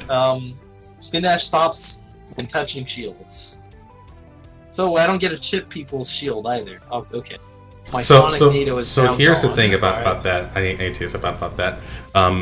There's this thing in Smash Ultimate where even if you run towards someone, you don't run past them. So don't know if that's a physics thing or if that's a glitch or what. Oh, you just can't cross up shields. Period. While running. Yeah. Okay, well, that's really dumb, but okay. Up smash is less knockback. Yeah, either way, I really hate that. That's dumb. I mean, that does mean he can go spin dash into grab, but they could also just grab him instead. Yeah. So, I don't know. I guess it depends on how much lag there is when spin dash stops. But if it's like the lag that it was in Brawl and Smash 4, then it's too much lag and they can grab us. That means they can literally hold shield when spin dash touches their shield and then just grab instantly. Mm-hmm. Which would suck so much. Especially since we don't even get a cancel spin dash shield thing. So okay. Maybe Shadow can cancel it. Oh my god. Yeah, if Shadow's basically just Brawl Sonic or something, I'm gonna mean Shadow. But if it's not, then I'm probably gonna mean Snake. Okay, so up smash has less knockback, loses up throw, kill confirms. I mean, they didn't feel like real confirms in Smash 4 to begin with, so I don't care. I'm like, that's fine, whatever. Up throw has more landing lag. Up B has more landing lag. Oof, that's a hard nerf, dude. Up B was like his get out of jail option in a lot of bad situations. You get down throw into up air, and Mario's trying to take his combo toll forever, and you would just up B out sometimes. But now you up B out, now you're committing to some landing lag. So yeah, that's pretty no bueno. Okay, neutral B homing is massive. Homes through stage from Blasto. Can also bounce. Okay, yeah, I mean that's cool, but at the same time, that just means that people will have to roll spot dodge or air dodge to make your neutral B lose its target, and you'll just go straight down Blasto anyway. Yeah, he makes a note. It's not. He actually makes that note. So exactly. Yeah, that's all that means. So that doesn't really matter to me. That only matters to people who don't know about that. So. Oh, also it says there's a homing reticle. I didn't even know that. What's up? Whenever Sonic uses neutral B, there's a homing reticle on you, so that makes it easier to react to, which is true. Oh, okay. That's interesting. Okay, so up smash has a little less end lag. That sounds like a pretty neat quality of life change, by the way, with the homing reticle. Looks cool. It sounds like it would look cool, but would be really bad for Sonic himself. Yeah. Yeah. Okay, so up smash has little less end lag. Okay, that's. I like how he says it's a minor buff. That's actually a big buff. That's not minor at all. That means it's a little safer to go for up smash. And also, he didn't mention it, but what I saw from the Invitational, actually, his up smash had more kill power, and the buzz didn't say that at all. But up smash in Smash 4, after in current patch right now, it kills at around 140 with no rage. With rage, it kills at around 120-ish. So needless to say, it's not super great at kill up. In Vanilla 4, it used to kill with rage at 90 or 80. Yeah. And then without rage, it used to kill at 100. So it got nerfed hard throughout the course of Smash 4. So now in Smash Ultimate, from what I saw, the earliest up smash I saw kill was, I think, 80, but it was full charged. Or half charged. It was basically, that was a pretty early one, and I saw some uncharged ones kill at around 100. And DeBuzz didn't mention that, but that is a hard buff for his up smash. And overall, a lot of the things seem stronger outside of Spin Dash. So it looks like they're really shifting Sonic towards just being a very less Spin Dash heavy Sonic. Yeah, everything else seems good except for up throw. Up throw seems like it's going to be kind of worse, but maybe better for combos. Just not good for kill confirms. And also back throws seem to have more knockback level. So there was overall, I feel like there was big nerfs to spin dashing, and not super great buffs to everything else, but there were some buffs to everything. So I don't think it's that he's going to be nearly as bad as the buzz makes it out to be in this note, but I don't think he's going to be top tier. I feel like the best he could hope for is high tier, but yeah, we'll see. Yeah, I have seen someone say on Twitter that hey, Sonic is actually better than what people are saying. So yeah, there's still hope. I kind of agree. I feel like he's not going to be garbage like a lot of people think, but I feel like he's not going to play the way he plays in Smash 4 at all. Which is what people want anyway. So yeah, exactly, and I'm okay with that. I'm cool with it. I would much rather he play like Brawl Sonic. I'll say that till the day I die. But you know. Yeah, I mean, him not playing Spin Dash Super Camp level way is good too. So, we'll see. I'm definitely still gonna dabble with him when he comes out, for sure. And who knows, if I like it, I might main it. But, right now, the way things look, Snake is probably gonna be my guy, dude. It's looking pretty good for Snake. Okay, you got any closing thoughts you want to talk about? Summary, after all of this that we talked today, what are you feeling right now? I'm just feeling Shadow and Snake. Shadow and Snake. See, now you're on a Shadow bandwagon now. Yeah, you know what? I'm feeling the Shadow. If he's He's got the more hits done and damage on spin dashes. All right, and and the specialty 0. That's Yeah, but for my final thoughts, I would say first, just as a general reminder to everyone, including myself, that these changes aren't final. Anything can change from now to release date. So it's true. It's still not done, dude. Until it hits the stores, it's not a done game. Right now, we can only speculate. It's not a bad idea to speculate, come up with ideas, maybe try to mentally prepare for it. There's nothing wrong with all that. But at the end of the day, we still have to just remember the game is not done. When it's done, then we can say, okay, we're ready. Let's go. Let's figure this game out completely. Let's figure out who's top tier, figure out who's trash, figure out what strategies beat what. But for now, we can just enjoy the show. See what little bits of information come until the game is done. And I'm still looking forward to seeing more stuff. And the game's release. We'll see how that goes. For now, I would say the ideas that they have, at least for the universal changes, are really interesting. So personally, for me, it's not the character buffs for me. It's just like the game in general, like how the game is going to play. It's gonna be so different from everything we've played before.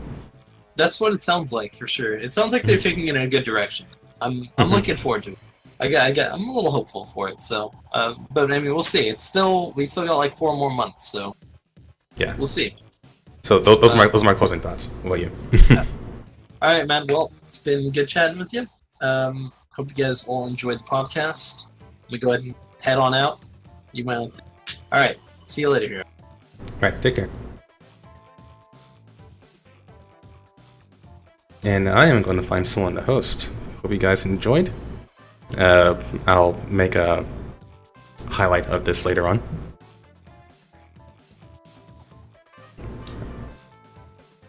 You know what? Let me throw you guys over to ZFresh. He's currently playing some Pokemon. You guys take care.